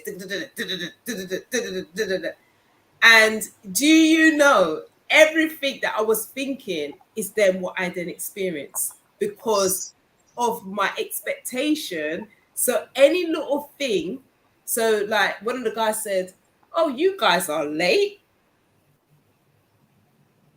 And I'm thinking, you don't even know what people went through to even get here. But who are you to be telling people that I'm late? Like, I'm not coming to work. Like, I'm just coming for my nephew's blessing, which doesn't even start for 12:30. I didn't come for the main service. But what I'm saying is that basically I created this thing based upon my thought, based upon my previous experiences, to now come into a different environment to be expecting to get a certain kind of level of treatment based upon my experience of somewhere else. So I'm carrying that negative thought with me into a different environment. Does that make sense? Yeah, because that ties into the brain training, what I was talking about. Exactly. So those are the things that I want to deal with, the things that your past experiences, which is making you make decisions now and have certain thought processes, which is creating experiences. So yeah, because if you work on that, then you're not going to have that preconceived thought of the experience or remembering of that experience, and then you'll be more open to just experience things in the present and not based on the past. Yeah. Beverly Smith says, and when you are unwell, they just turn to see someone else because you are no longer available. Is that going back to when you're saying yes? Yeah. They're always moving to the next person. Mm-hmm.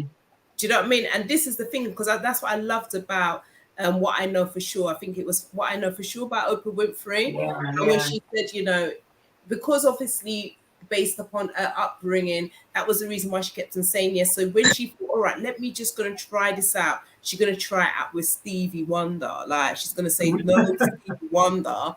And Stevie Wonder's like, yeah, I'm looking for some sponsorship, whatever it is, for this organization, some charity event. And she was like, no, it's not in line with what I'm doing. And he's like, okay, then, catch you later. She couldn't believe that how cool he was. She didn't have to say yes she didn't have to say yes all the time. And people were still her friends. People was not upset with her. Yeah. But I think it's, going back down to our thought, we believe the minute we say no, it's like this element of guilt comes in. Do you know what I mean? Kind of thing. It's like, for example, like I bake cakes, yeah? And I put a deal out about the cakes and saying, yeah, for this day, for this weekend, it's going to be £25 for Black Pound Day. Then I had other people messaging me and saying, oh, I saw the deal for the cake. I know it's for this date, but can I get the deal? If I give you the money, can I get the deal for like the 17th and say that the deal done on the 1st of July? And I'm like, no, the deal is for that weekend. The reason why the deal is for that weekend is because I'm making a big bulk in order for me to be able to sell it at a cheaper price. If I now do that same price at a later time, guess what? I'm not making no money because I'm spending most of the money on the material. I'm not getting paid for my labor. So basically, I'm doing this cake for you for free.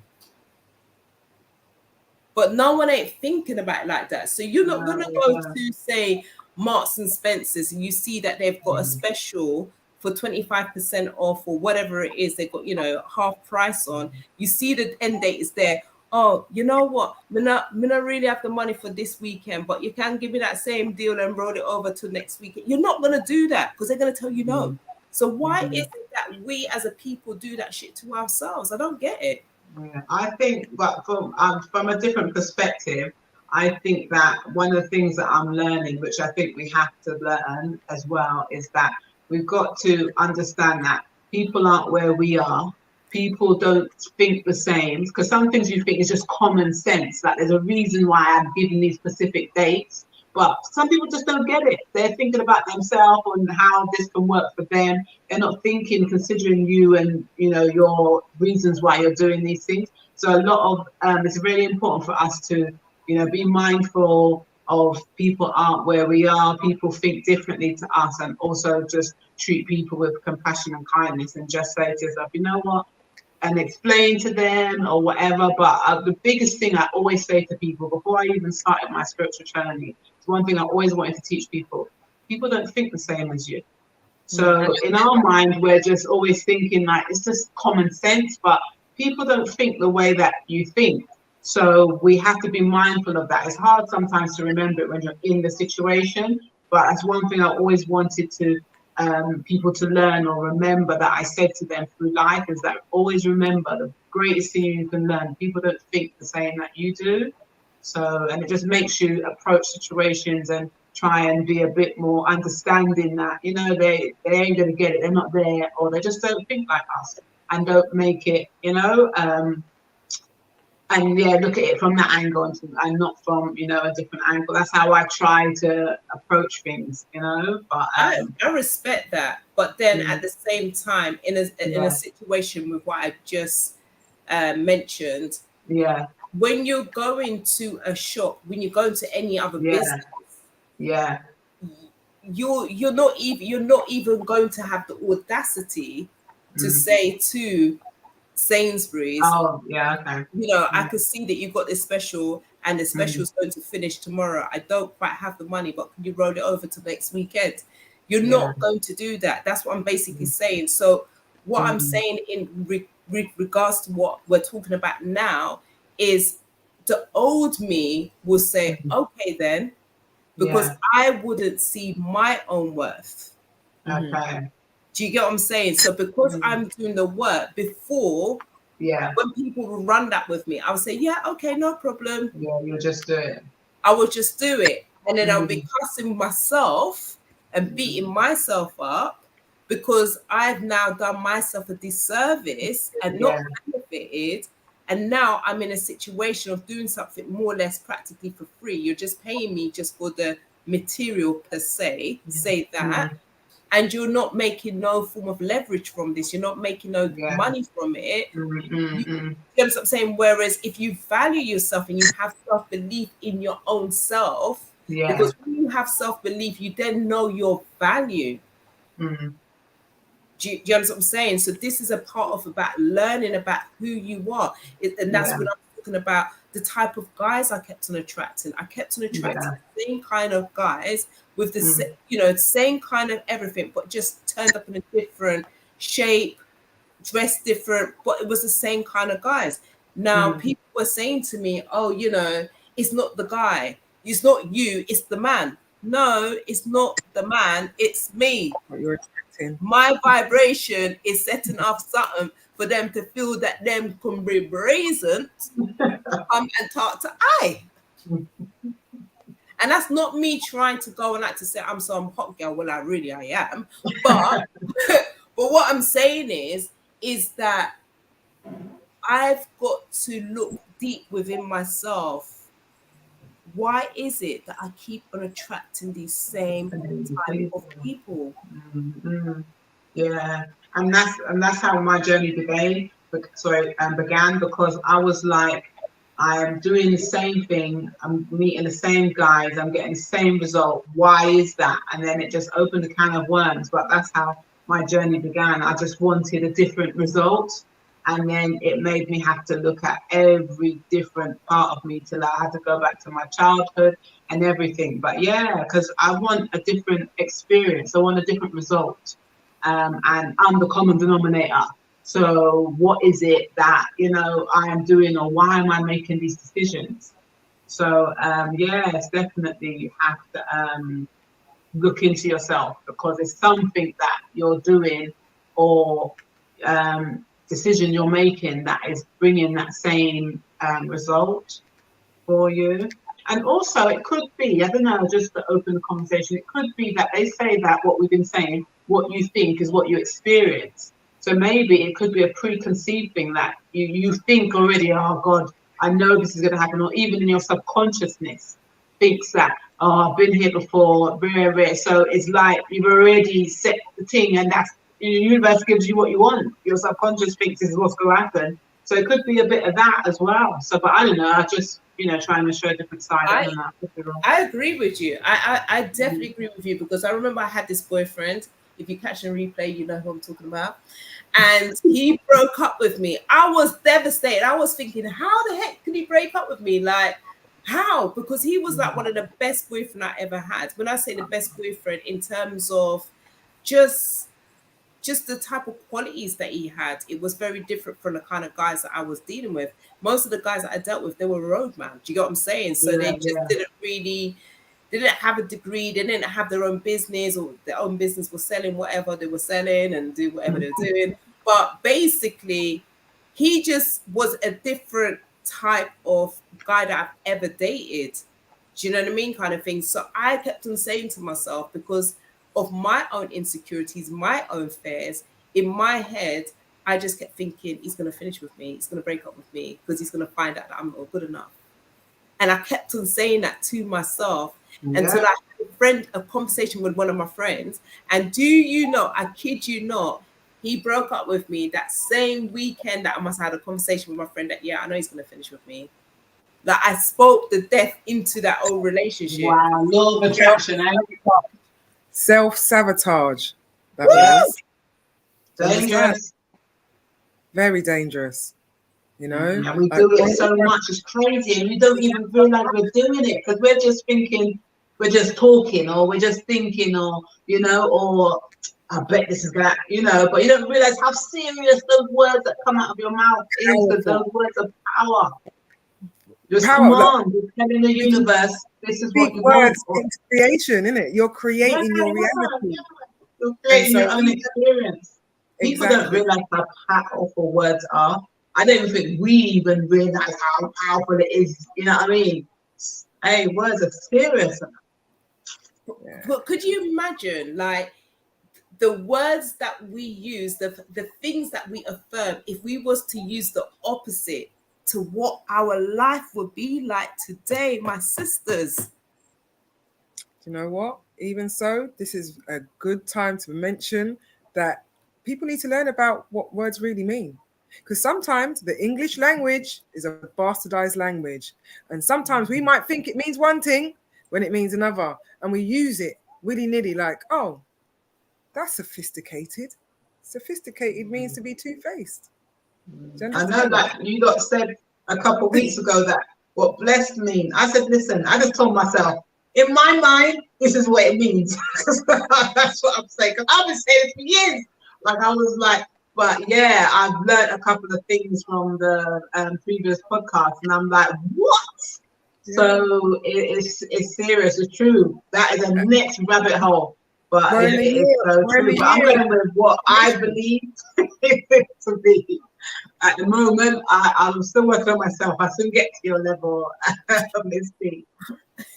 But the thing is, it's even like when we say, yeah, man, you look bad, you know. Yeah.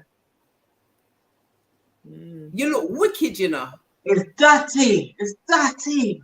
You understand what I'm saying? It's just...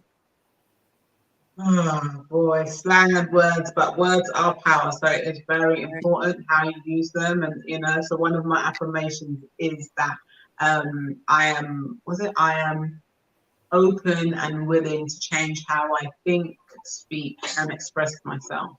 Very, very powerful. Very. I love that. And I think if we start to affirm that, then we're more mindful about what comes out, because you've already affirmed it. Do you understand what I'm saying? So you've already put that action out. Yeah. Because you've already registered it out of your mouth. So you're now mindful about what then comes out, what you're now going to be able to receive, because everything that is what you're receiving is everything that you've already thought or you've already spoken. Yes. Yes. And it's so important, as you said earlier, Kaz, as well, like when you're saying something, if you say something negative, you have to immediately you know, I don't know what the word termination is, but disregard it. Yeah, exactly. Just reword it, or just straight away. So I'm always mindful of what I'm saying, and I'm very aware. It's so funny, you know, when you're having a conversation with your family and your friends, and they're saying something, and you're answering, but you're saying like, I shouldn't really be saying this, or I should say it a different way. So awareness is so important as well. Also, agreement. If somebody's talking, remember, when 2 or 3 people are gathered and touching on certain subjects, if you're agreeing and nodding your head and saying, yeah, what are you saying yet? Is it conducive to you? You understand me? That is powerful in itself. You speaking one thing, but when somebody actually agrees with you, it's established. So you need to be Okay. careful. And that's why it's Yeah. important not to gossip. Do you understand? Mm, So mm, mm. one of the things that I Yeah, wanted I to say, definitely was that person that loved mix up. And that's why I think I loved reality programs. Like I was Still addicted to do like reality negativity programs. I haven't because watched it in a little while. yeah, I've stopped watching it. But because I liked all that, but I realized after reading a book by Eckhart Tolle called The Power of Now, and it talks about acceptance and stuff, and I realized I'm addicted to negativity. Like I love those prank shows, and if the man don't cuss or the woman don't cuss, then it's rubbish. So all of those things, like I realized I'm addicted to negativity. So all of that, you have to really look into yourself and it's scary the things that you think and you're addicted to and you don't even realize. Foods, drinks, everything, all types of stuff. People's addicted to porn. Have you heard a lot of famous people are addicted to porn and stuff? I'm just like, what? That's an addiction? But yeah, so there's so much addictions, and a lot of that is because you're trying to escape from, whatever you don't want to think about or a feeling. So you have addictions, whether it be food, drink, smoking, TV, reality, and one of my addictions was reality TV. Yeah, I mean, I don't know if you saw the podcast, the show that we did about reality TV, and we spoke about this. I think it was about 4 episodes ago. Is that correct, Miss Yeah, T? yeah. It's about that, I think. Yeah, and I'm not even gonna lie, I still like watch reality TV. Like my killer thing is The Real Housewife of Atlanta. Yeah, And I keep saying to myself, I literally have this conversation after I watch it. I'm like, why do you watch this as? Are you mix up? I literally say, because I don't live with nobody in it. So I actually have this conversation. Am I mix up? So I'm like, God, I'm like, yeah, I must be mixed up. Why I keep on watching this show? Because there's nothing constructive about the show. Like, there isn't. Do you know what I mean? And I keep on finding myself watching these things. So when people say to me, oh, you've got to watch X, Y, Z, I'm like, no, I'm trying to just get away from watching reality TV. I'm trying to get away from watching Real Housewives of Atlanta. I don't want to know about Love Island. I don't want to know about all these other things. I just don't want to know, because it's like I'm watching people do crazy things, but they're getting paid. Yeah, and we're sitting here where we could be doing things to elevate ourselves and make money for ourselves and watching people's lives. So, Watching them and live their life and make money. nothing good comes out of it. It's a scary thing, but they know that, and that's why reality TV is so big, because negativity, like the news and the reality shows and all the programs they have, they know that it captivates people because people want to think to themselves. I think one of the issues is you want to think that your life isn't as bad as that person's life, for argument's sake, or you want to see destruction, or you want to see argument, and so it's a big business, because think about how much reality programs there is. That just shows you how much need there is for people to watch negativity and trauma or arguments on the TV. So it's a big thing, and that affects your mind and your self-belief, because you're watching these people. They got their money, they're having a life that most of them don't really live, or there's a lot behind how they got to where they are, and we're aspiring to live that life. So that's another thing that can affect your self-belief and self-love of yourself as well. So you have to be careful. Definitely, because even when you look at the foundations of, say, certain say celebrities, like, say, I don't know, say Kim Kardashian, how she became famous, even though her dad was a very successful lawyer and all of that kind of stuff, but overall, I think it was to do with the sex tape with Ray J. It was, yeah. Did you hear that he came out and spoke that it was planned? They planned it and sold it, because they always denied it, like it was released. But Ray J, Ray J, but it wasn't just the mother wasn't involved in the deal, but she obviously played a role in it. But Ray J came and told the truth. A couple of weeks or months ago, he came out and said that they made a deal to sell the video, and he's part of it was that he would keep quiet, but he said he's had enough and he's just going to talk. But they planned it. That's what they did it on purpose, So yeah, it's crazy what people But do. look at that. Now, I didn't know that. But Yeah, to I thought think that though. that they actually planned it, but look how well the plan worked, because these are the most successful. I don't even know what they're successful in doing personally, but you know, these are they're so influential in this world, and it started off from a plan of doing a sex tape, Yeah. not from the dad being a lawyer and being a lawyer for OJ and all that. It wasn't about that. It was about something negative to She then, wanted because she she wanted to wanted pay she wanted what her friend had. So Paris remember that Hilton. reality Paris. show that so remember she was I think she was an assistant or something Yeah. to Yeah. Nicole and Paris Hilton. Yeah, Hilton. Yeah, She wanted to be like Paris Hilton. Mm. She wanted why was she Paris Hilton anyway? she was red eye. I don't even know. She kind of just fizzled out, I think. She probably living her Right. best life, because She's been through a lot, because there's a documentary about her life on YouTube. She did a documentary, and she was going through some stuff, so that she just came out of media and that. But she's still about, still got her mind, still doing very well. But she basically was telling the truth, like what really was going on behind the scenes and what she's been dealing with throughout her life and stuff. And so she's done some self-reflecting and is on her journey as well. But yeah, she's still doing her thing, but she's not so in the public as before. right. You know something, guys? As we're on the topic of self-belief, and we're talking about the powers of our thoughts and the power of our mouth, I'm going to share something with you guys. Oh my God, am I going to really do this? What? Right. So on Saturday, I was like in a funk. I was really not in a very good place. And later on, when I came in from my friend's house, I came home and I just had this breakdown. I was feeling really just like, oh mate, I was just feeling so like I just wanted to die. Like I literally just said, God, I just want to die. I can't do it no more. And I literally just had a breakdown. And I went into my bedroom and I started crying, and I must have slammed my door.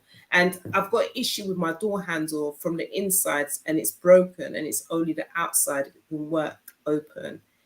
Do you know that my door jammed? Couldn't get out. I was just about to say that. Oh my God. Couldn't get out. Didn't even have my phone. My phone was in my bedroom in the front room. Didn't have nothing. Yeah. So I was like sitting there, and it was like I went from this tantrum in my ego or whatever it was. It's just like it was just something that just came even more upon me. And I just sat on my bed and I thought, oh shit. I've just manifested this to happen to myself. And I couldn't even, so I've got like a card, like a credit card from my drawer to see if I can, like try and slide the door thing.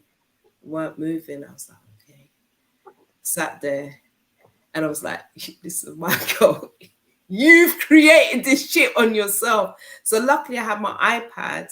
So I was able to send a message to my neighbor. My neighbor's got my spare keys for my front door. So I messaged my neighbor, I emailed her, but she didn't see the email. This is Saturday evening.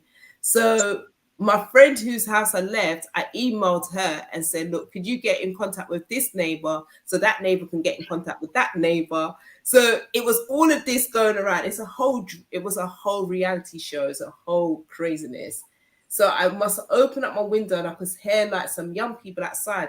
So I said to one of the guys, could you ring the buzzer, this number, and tell them to come to this number with my room key to let me out, because I'm locked in my bedroom.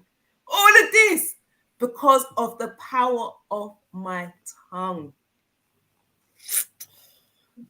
Boy.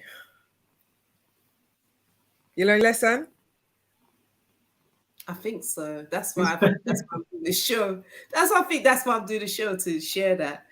that our tongue is so powerful. Like, you could think something, and I think because I get these really irrational thinking, like I just don't know how to control myself. So I just go like, I don't even know how I haven't mashed up things in my flat. Because you like it. It's pretty. No, because I think to myself, I don't have no money to replace it. But what I'm saying is, like, I've got to, that's why I just feel that for me, I've got to, like, I think I'm doing really well because I'm having this conversation and I'm aware about it now. Yeah. But it's making me realize, okay, boom, if I can confess to make that happen, then what can I really make happen in my life? What kind of life can I then, manifest for myself? Yeah, it's so true. And also you've got to look at what are the things that are triggering you, or what makes you get to that space where you start to believe those thoughts in your mind. So that is something. Did you think about what that could be? Like what got you to that Behavior. stage? It's a behavior. It's overthinking. It's like what I shared earlier. When I am not doing so great, like I don't think I'm doing well for myself, or I'm comparing myself, or just feeling in a very low vibration about myself, I instantly don't take responsibility that, my girl, you've created this life that you're living in. So I blame. So my who I used to blame is my parents. Yeah. Because that's where my trauma started. Do you get what I'm saying? So whereas whatever happened back then was over 30 odd years ago, and I've said I've forgiven them, but I still keep on revisiting that. So I haven't really forgiven them because I keep on going back to the same thing. So it's like a whole record. You keep on, it keeps on jamming in the same space. It plays, and it jams. And it's a behavior. So it's like trying to break from that behavior. I'm mindful. I know that it's a behavior. It's a habit. Like your ego is literally just taken over. Yeah. Do you know what? You mentioned the ego, right? And I can't remember where I heard this, but it's something that I've carried and I've applied it to my life. So when you hear that part of you speaking, your ego, giving you all that chat, and it's a chatty patty, like, don't shut up. You literally have to Shut up. Visualize, like, yo, listen, and my vehicle this, I'm the driver. I Get in the back seat. Do you understand me? Never say come out the back seat. Come on. Whatever. The thing is, it's a part of you. Yeah. So you have to reconcile with. Do you understand me? Like, know your place, innit? I don't need you right now. Sit back there. Shut up.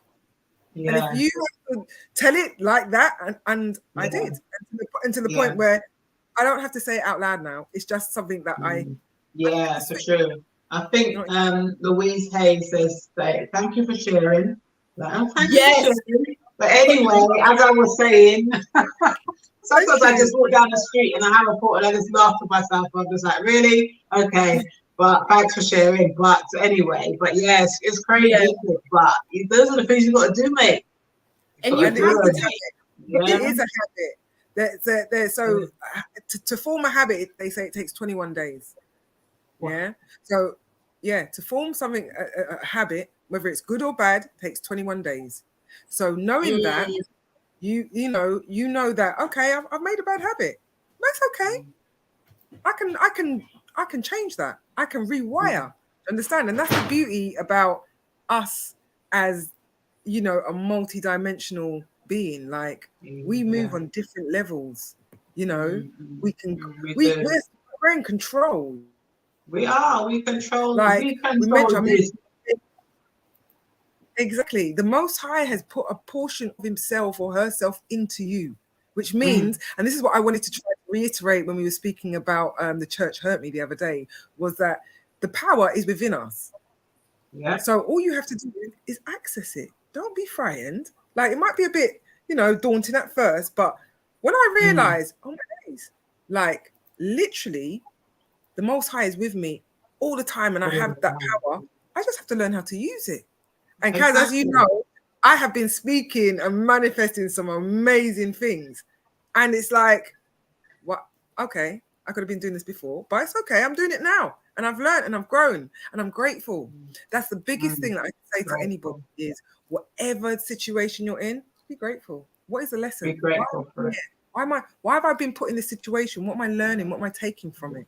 Do you know what I mean? Exactly. All that reflective, critical thinking, like, it's okay to speak to yourself inside, outside. Don't worry about what anybody else thinks. It's about what you think and about what you want to achieve, And once you get to that, it's a breeze. Once you've created that habit, and the affirmations and all those things, speaking life and positivity. And that's what I was gonna say. The affirmations also help, because if you're constantly have an affirmation that says that I'm in a good mood or I think positively, it will start to limit the times that you speak negatively. So it's, affirmations work, meditation works. That's what I do, and I'm telling you, I'm always I'm happy, and I'm just happy all the time, and so it works. So affirmations, definitely, I stand by those, and meditation. You have to be still, you have to center yourself sometimes. But I think that affirmations for positive thinking and working on your subconsciousness and your subconscious beliefs, that definitely can work and help you. Definitely. Absolutely. And I definitely think meditation definitely works. I was listening to Jay Shetty interviewing Deepak Chopra. What's his name? Chopra. Deepak Chopra. Yeah. And I was so moved by this guy, even though I've been listening to I've done these 21 days of gratitude. I've done that like during the lockdown and things like that. But just listening to his story and everything else, just learning more about him. And I was just like really just taken aback, and it just made me realize that a lot of it, we have the power. The power is within us. It really is. It's like I cannot even, like explain it, because I'm trying to understand it for myself, because we have been conditioned and programmed to be a certain way, that we just got to unprogram so much to really understand that we can create that world that we desire. We can create the life that we want to live. We can create, you can create absolutely anything. When you think about whoever created the chairs, whoever created StreamYard, it started off with a thought. Yeah. Do you get what I'm saying? Everything that you do starts with a thought, just like you thought about this podcast. Everything. They say, even if you want some ice cream, it starts with a thought. Then you get up and get it, or you get someone to get it. Everything starts with a thought. Everything comes from the mind. And that's the most important part of the body. But yet we haven't been taught how to actually deal with it, how to use it, how to control it, and just, do you get what I'm saying? When you haven't been taught how to use the most important part of your whole entire body. If you became sick, or say like you got paralyzed, your mind is still thinking exactly the same, regardless if you're paralyzed or not. I wanted to say to you, and this has just come up, the live is about self-belief, right? But if you look at the concept of belief, it leaves room for doubt. You're not too sure. When you know something, you stand on and you're just like, I'm 100. I know this. So I'm going to challenge you, Kaz, to move from believing into knowing. Yeah, we spoke about that a bit earlier. Yeah. Knowing is, listen, when you know, nothing can stop you. So knowing is next level to belief. But, it starts from belief for me, and then there's a knowing, because knowing is like the ultimate highest frequency, where, it's like God came down and told you himself. That's how, for me, the whole universe knowing. But Yeah, I'm trying to get to self-belief, but I definitely have knowing things that I feel like I just know. But I wish I had that throughout so many other areas of my life. But I know it will come, you know? But with you saying that, T, thank you. I remember when I was in church, I remember one of the pastors saying that, Yes. um, to believe in Christ to be the Son of God, you just know that you know that you know that you know. It was about the faith. It's just knowing no matter what. You don't even have to see, you just know that you know that you know. But even with that, I feel that that could be used in a way of what you just said, what you've described. It's just knowing and believing to know who you really are. That's what we need to be teaching people, to know that you know this is who I am. You get it? Because Yep. I think once you start doing that, it's not looking at outside. You started to look within yourself, because I can't accept other things if I don't even know things to be true for myself. Does that make And sense? yeah, and that's what it's about, knowing your truth and not accepting. Remember, like before, when I was saying to you, like people put stuff on you and you pick it up and you wear it as a garment and you start carrying it. Like, since the lockdown, I got in touch with myself and I met her again, and I know her and I love her and I want to spend time with her and I want to do fantastic things. Do you understand me? So I've moved past what people believe. I don't care what you believe about me. That was another fear that I had, like, they're going to find out that I've done this, that I've done that I don't know this. And I'm just like, you know what? I don't care. How about that? What are you going to do about that then? Do you know what I mean? What's the next conversation? Like, Mm-hmm. it's such Yeah, it's such a freedom. Like when it I is. first shaved off my hair, like everyone was like, no, you shouldn't do that, and you shouldn't, no, because your hair is your beauty. And I was like, no, it's not. It's just hair. It grows all over your body. Like, just because it's, but that's not Mm. what makes me beautiful. I'm No. beautiful Mm, or without the Yeah. hair. Do you know what I mean? Mm. It doesn't Mm. define me, and it's about choosing or knowing what defines you, who you are. Do you know what I mean? Yeah. And standing firm with that knowledge of self. Do you Yeah. know what I mean? So, Mm-hmm. and it takes, I can say this because I'm past 40. Like I used to have this question that I'd asked. Like I heard someone say that, to be a prophet, you had to be over 40. And when you turn 40, yeah, it's an Islamic thing. Okay. Right? But it was a question that I was like, what does that mean? Mm. Like 40 is the year of a prophet, or you could only be a prophet at that age. And when I became 40 and over 40, I was like, oh, I get it. Mm. There's only certain things because you've experienced them. It's bit, yeah. yeah. And Mm. when you've lived like 40, unfortunately my dad didn't, he only lived like to 64. That's a short period of time. But within that Mm. time, you acquire knowledge and wisdom, Yeah. you know. Mm. Not necessarily, some people acquire stuff and they don't necessarily put it into Yeah. practice.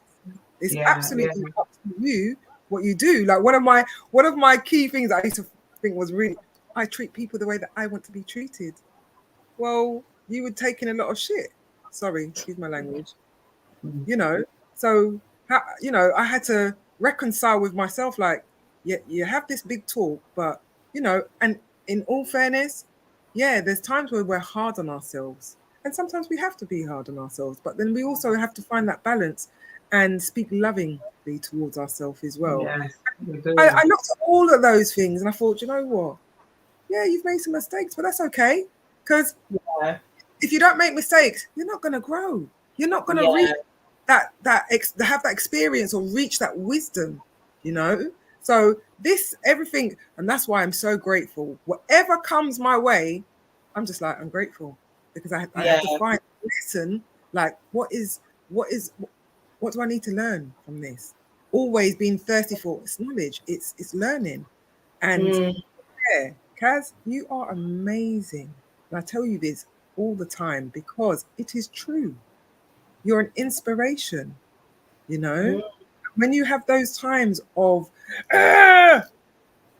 remember, there's a lot of people that, you know, you might not see how you impact because it might not be visual to you, like, oh, there's 100 people, but you don't know how many lives you've touched. And that was a beautiful thing about when I met my Thames the other day, and I had to tell her how much you have impacted my life, my mental health, my spiritual growth. Like your tune, Try Me, boy, that was my warrior's cry. Like, why are you trying me?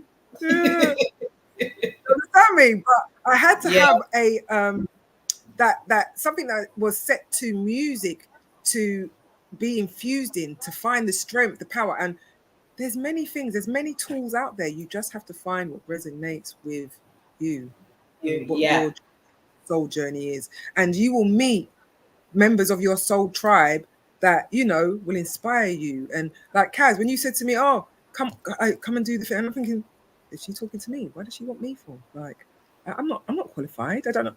And remember, it took me a little bit of time. I was quiet. I was observing. And then I realized, you know what? Stop it. Just be yourself. That's it. And this is the thing, because we constantly think, if you do, like, say, if you're doing podcasting or you're doing radio, that you have to be a certain, you know, you have to be something that you're not. When I look at, say, like Shawnee B, like I've known him from school days, I look at this guy, he's exactly how he was in school days. He's the same person. He's just a big man. He's just living. He's getting paid for what he's always been passionate about, which was music and meeting artists and doing what he does. He's always been like that since I've known him since he was 11. Do you get what I'm saying? So seeing him just turning up and being himself and getting paid to be himself, I'm like thinking, Martin, why am I doing jobs or going for these jobs that I then have to put on a mask and not be myself because somebody feels, oh, you know, she sounds like the angry black woman. I feel intimidated when I'm just passionate about something or I'm passionate about area. That's not the environment that I need to be working in then.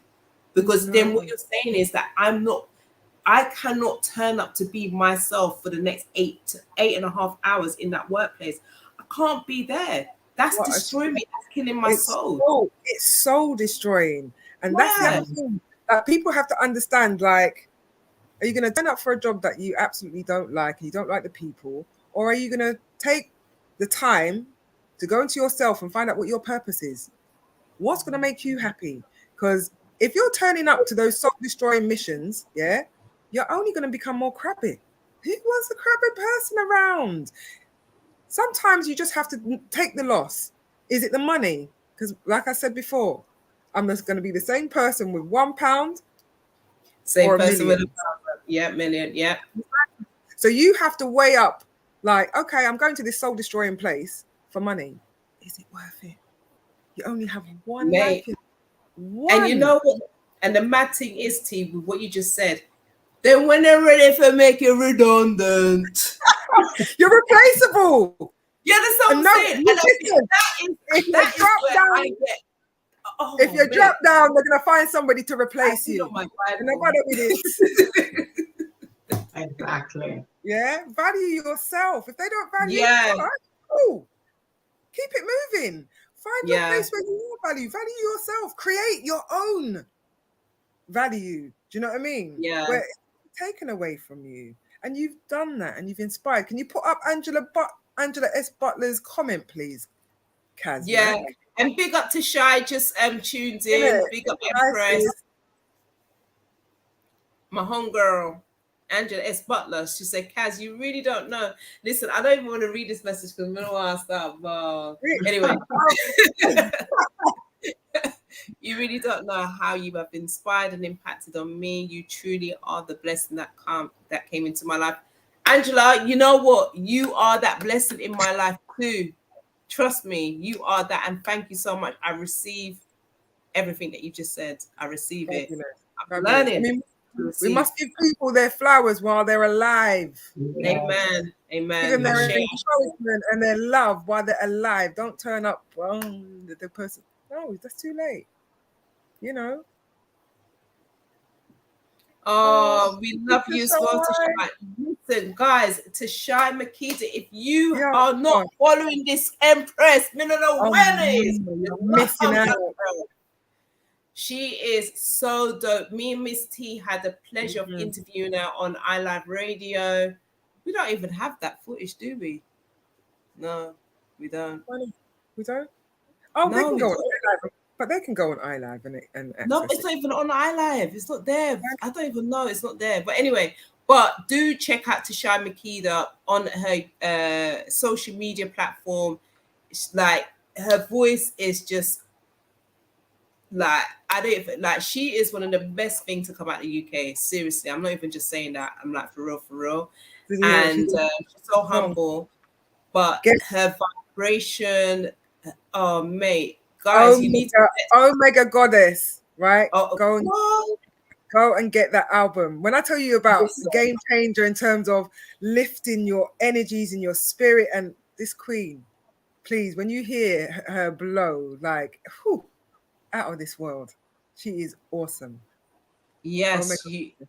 Check out her Oh, album. she says, Chantel,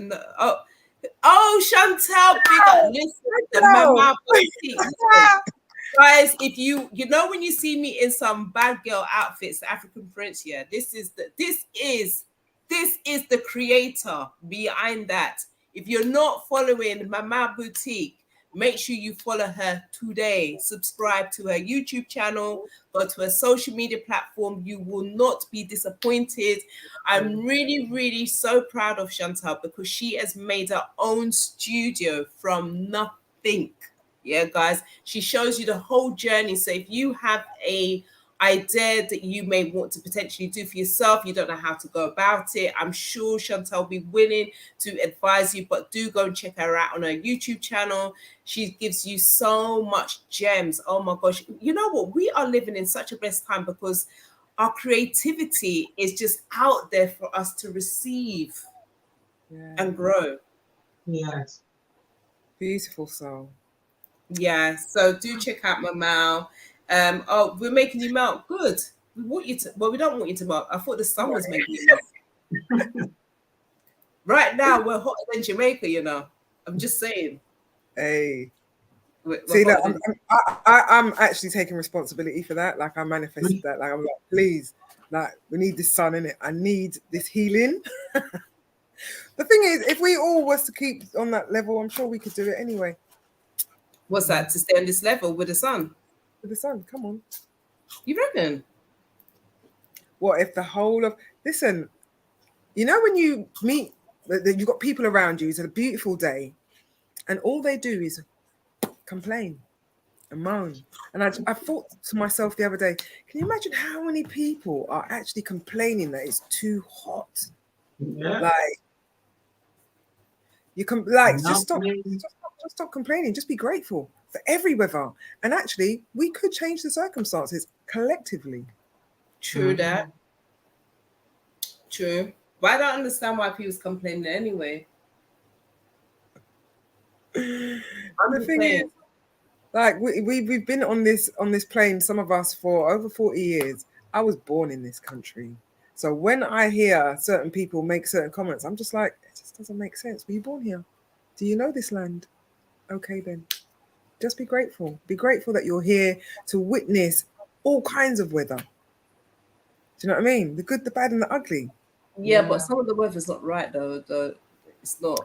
But for where we are, why are you complaining? No way. I'm not complaining. I'm just saying. There's a difference between complaining see, and saying, bro. See, but this is the thing. What is we just talked about our words being powerful and manifestation. Every level. Do you see the programming? Do you see the programming? I need to not. I do not subscribe. I do not subscribe to the programming. I'm unprogrammed. I'm a rogue.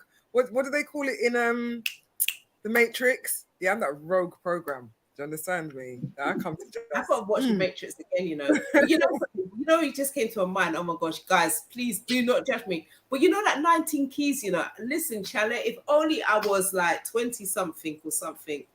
This guy is just. Listen, the Empress that has already manifested that king as hers. Hey, Listen, mate, she's very I'm happy powerful. for her. I'm happy for Mm. her. I They're gonna am be really a powerhouse of wow. powerhouse is not even the word. You Yeah. know, Just if you guys don't know about 19 keys, just Google him. That's all I can say. mm. Just Google him. But anyway, Check guys, him out. I'm beginning to wrap up in it because it's Yeah. like it's 10:34. I will say this: there's a few announcements that I need to make before we wrap up this show. Now chat show. I don't know if you guys heard of the South Bank Media. They do like media podcasts, etc. So they're having their first year anniversary at the Brixton Village on the 5th and the 6th of August. And guess what? Now Chat Show will be doing a podcast for 1 hour from 5 to 6. And guess what? We need an audience. And guess what? We need you to turn up. It's at the event on the 6th between 5 and 6 p.m. at the Brixton Village. It's going to be so much fun. I've shared the link in the actual chat, so go and get your free ticket. Not you don't have to pay a $5, you don't have to pay no money. It's just a free thing. We just want to see you. We want to meet you in person. If we don't know you in person, we want to see you. We want to hold you, and we want to talk with you. So come down to the event. That is going to be on the 6th of August, which is a Saturday. And it will be from the time of 5 to 6 p.m. There will be DJ Pioneer that will be there bringing down some flavor, so we get down to some music. We've got Remel London who's going to be hosting events there. They're going to have all these different kind of workshops. Some of the workshops, I believe, it's like £30. But if you just go onto the Eventbrite link, which I've shared in the actual comment, I will also put in the content of this actual show as well, so you can actually get your ticket. And it is on the 5th and the 6th of August of 2022. So if you're watching it in the near future, sorry, the event's now past. We're now telling it. But anyway, yeah, so that's a free event that we would love you to be attending. So we need a live audience. So we need you guys to turn up, not streaming. We need you in person.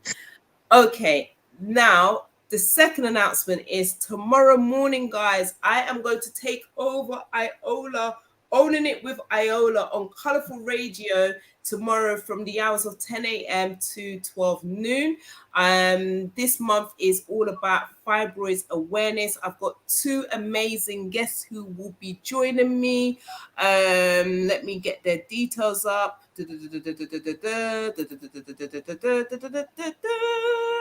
So I'm going to be joined by this queen here.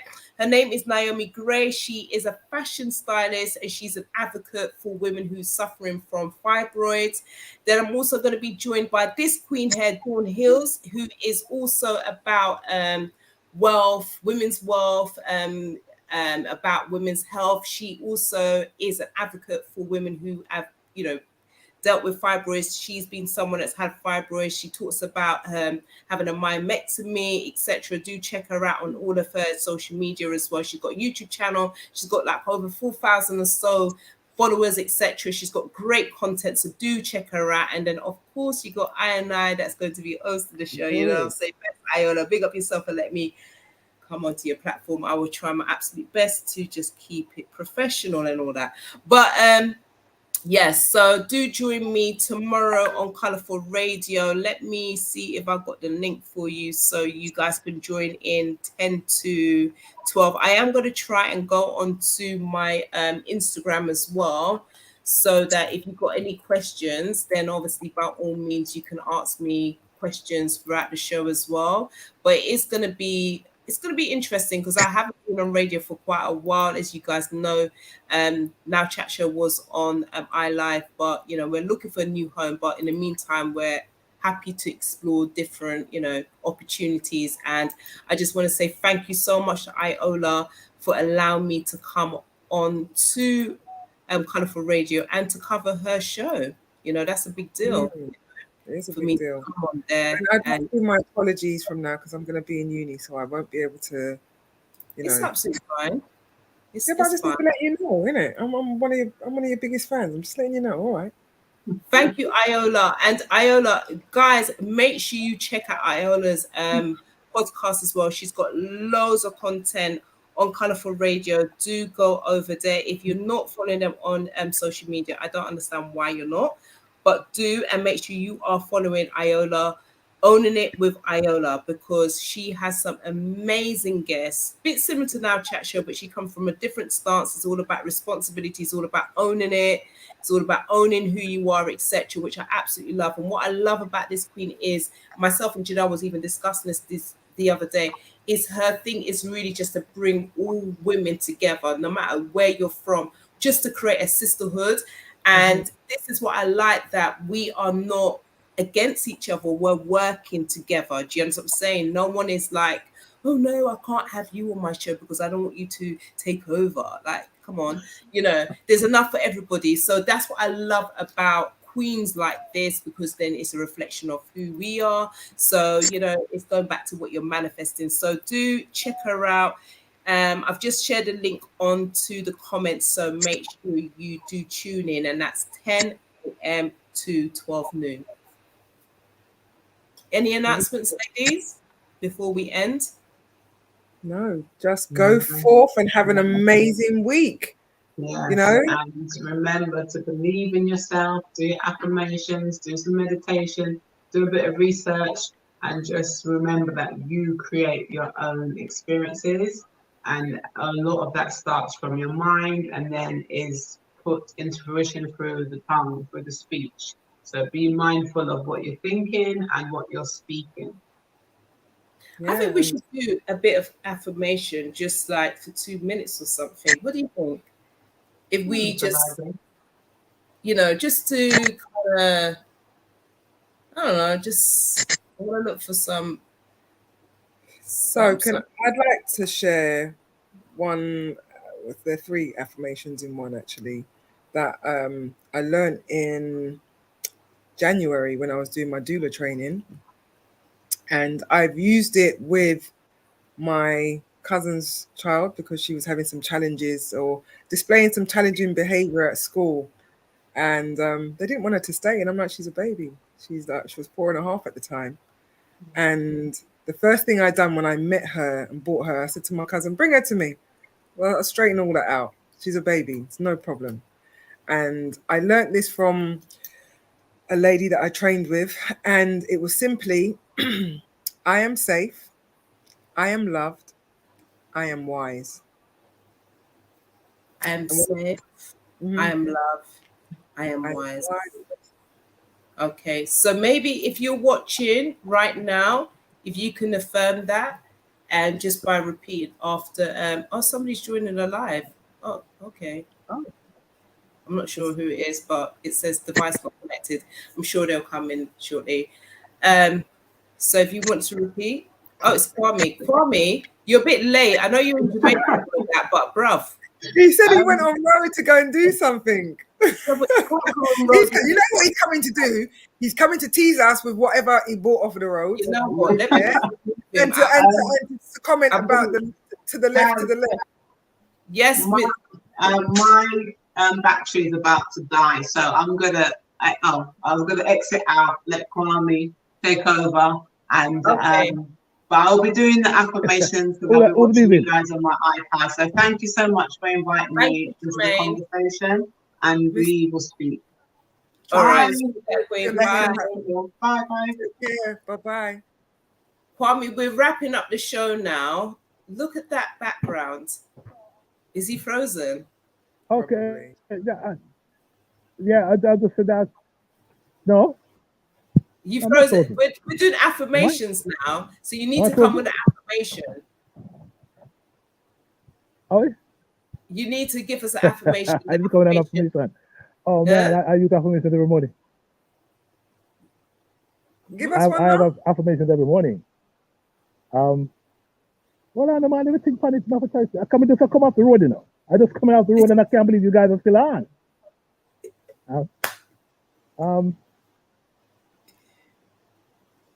I'm whole, creative, perfect, strong, powerful, loving, harmonious, and happy. Say, I'm whole. All right, say that again. I'm whole. I'm whole. as in WHOLE. Mhm. Yeah, I'm whole. I'm whole, creative. I'm whole, creative, I'm whole, creative, powerful, perfect, and strong. I think that's what that's it. I'm whole, creative, perfect. I'm whole, creative. Perfect. Powerful. You see, look, my train of thought. But that's something like that. And Anyway, strong. yeah, I'm whole, creative, Okay. perfect, strong, powerful, love. That's it. I'm whole. Hold up. I got it. I got it. I'm whole, creative, perfect, and strong, powerful, loving, harmonious, and happy. Yay. Yes, you I love are. You got it? Yeah. Yes. So I'm whole, I'm whole, creative, creative, powerful. perfect. I'm perfect. Oh, No, perfect. no. I'm whole, creative, yeah, perfect, Per- strong, powerful, loving, harmonious, and happy.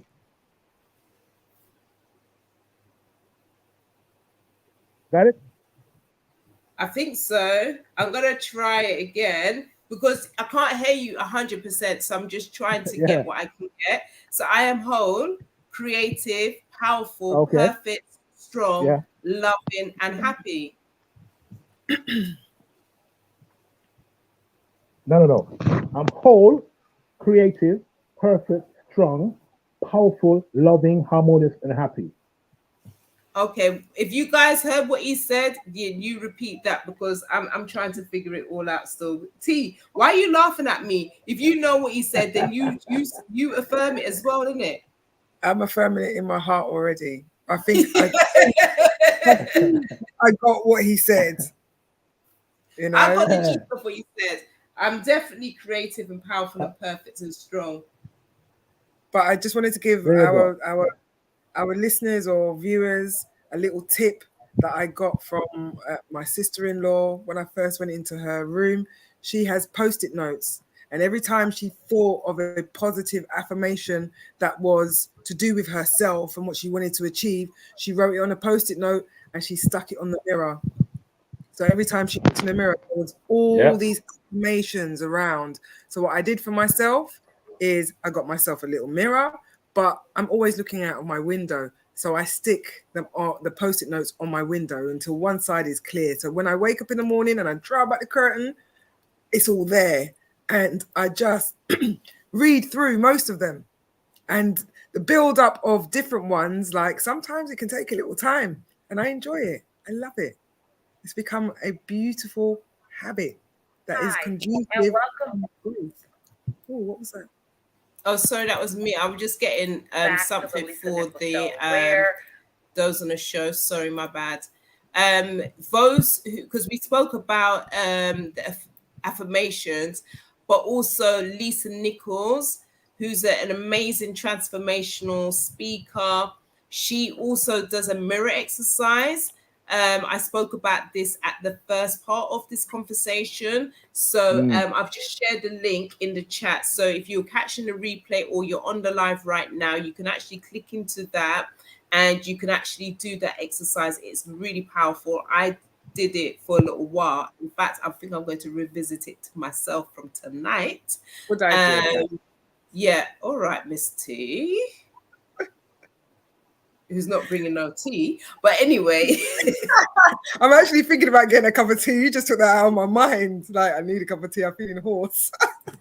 so basically, going back to what I was just explaining, everyone is if you check it out, Lisa Nichols' mirror exercise, it's really powerful. You do need to make sure you get a mirror. When I first did it, I am not gonna lie, I found it really hard to do. I couldn't stop crying. Because you really have to just deal with yourself and you've got to forgive yourself. And you may find yourself forgiving yourself about the same thing over and over and over again until you stop crying, until you really start to really believe and forgive yourself. So definitely check it out. And yeah, so on that note, I think we're done. Until Wednesday. Yep, Wednesday. Wednesday, we have Nana, who is the founder and CEO of Access UK. We also have Earl J. Newman, who Tell is him a hello for me. mentor, deals with employment, etc. And the conversation will be about self-employment versus employment.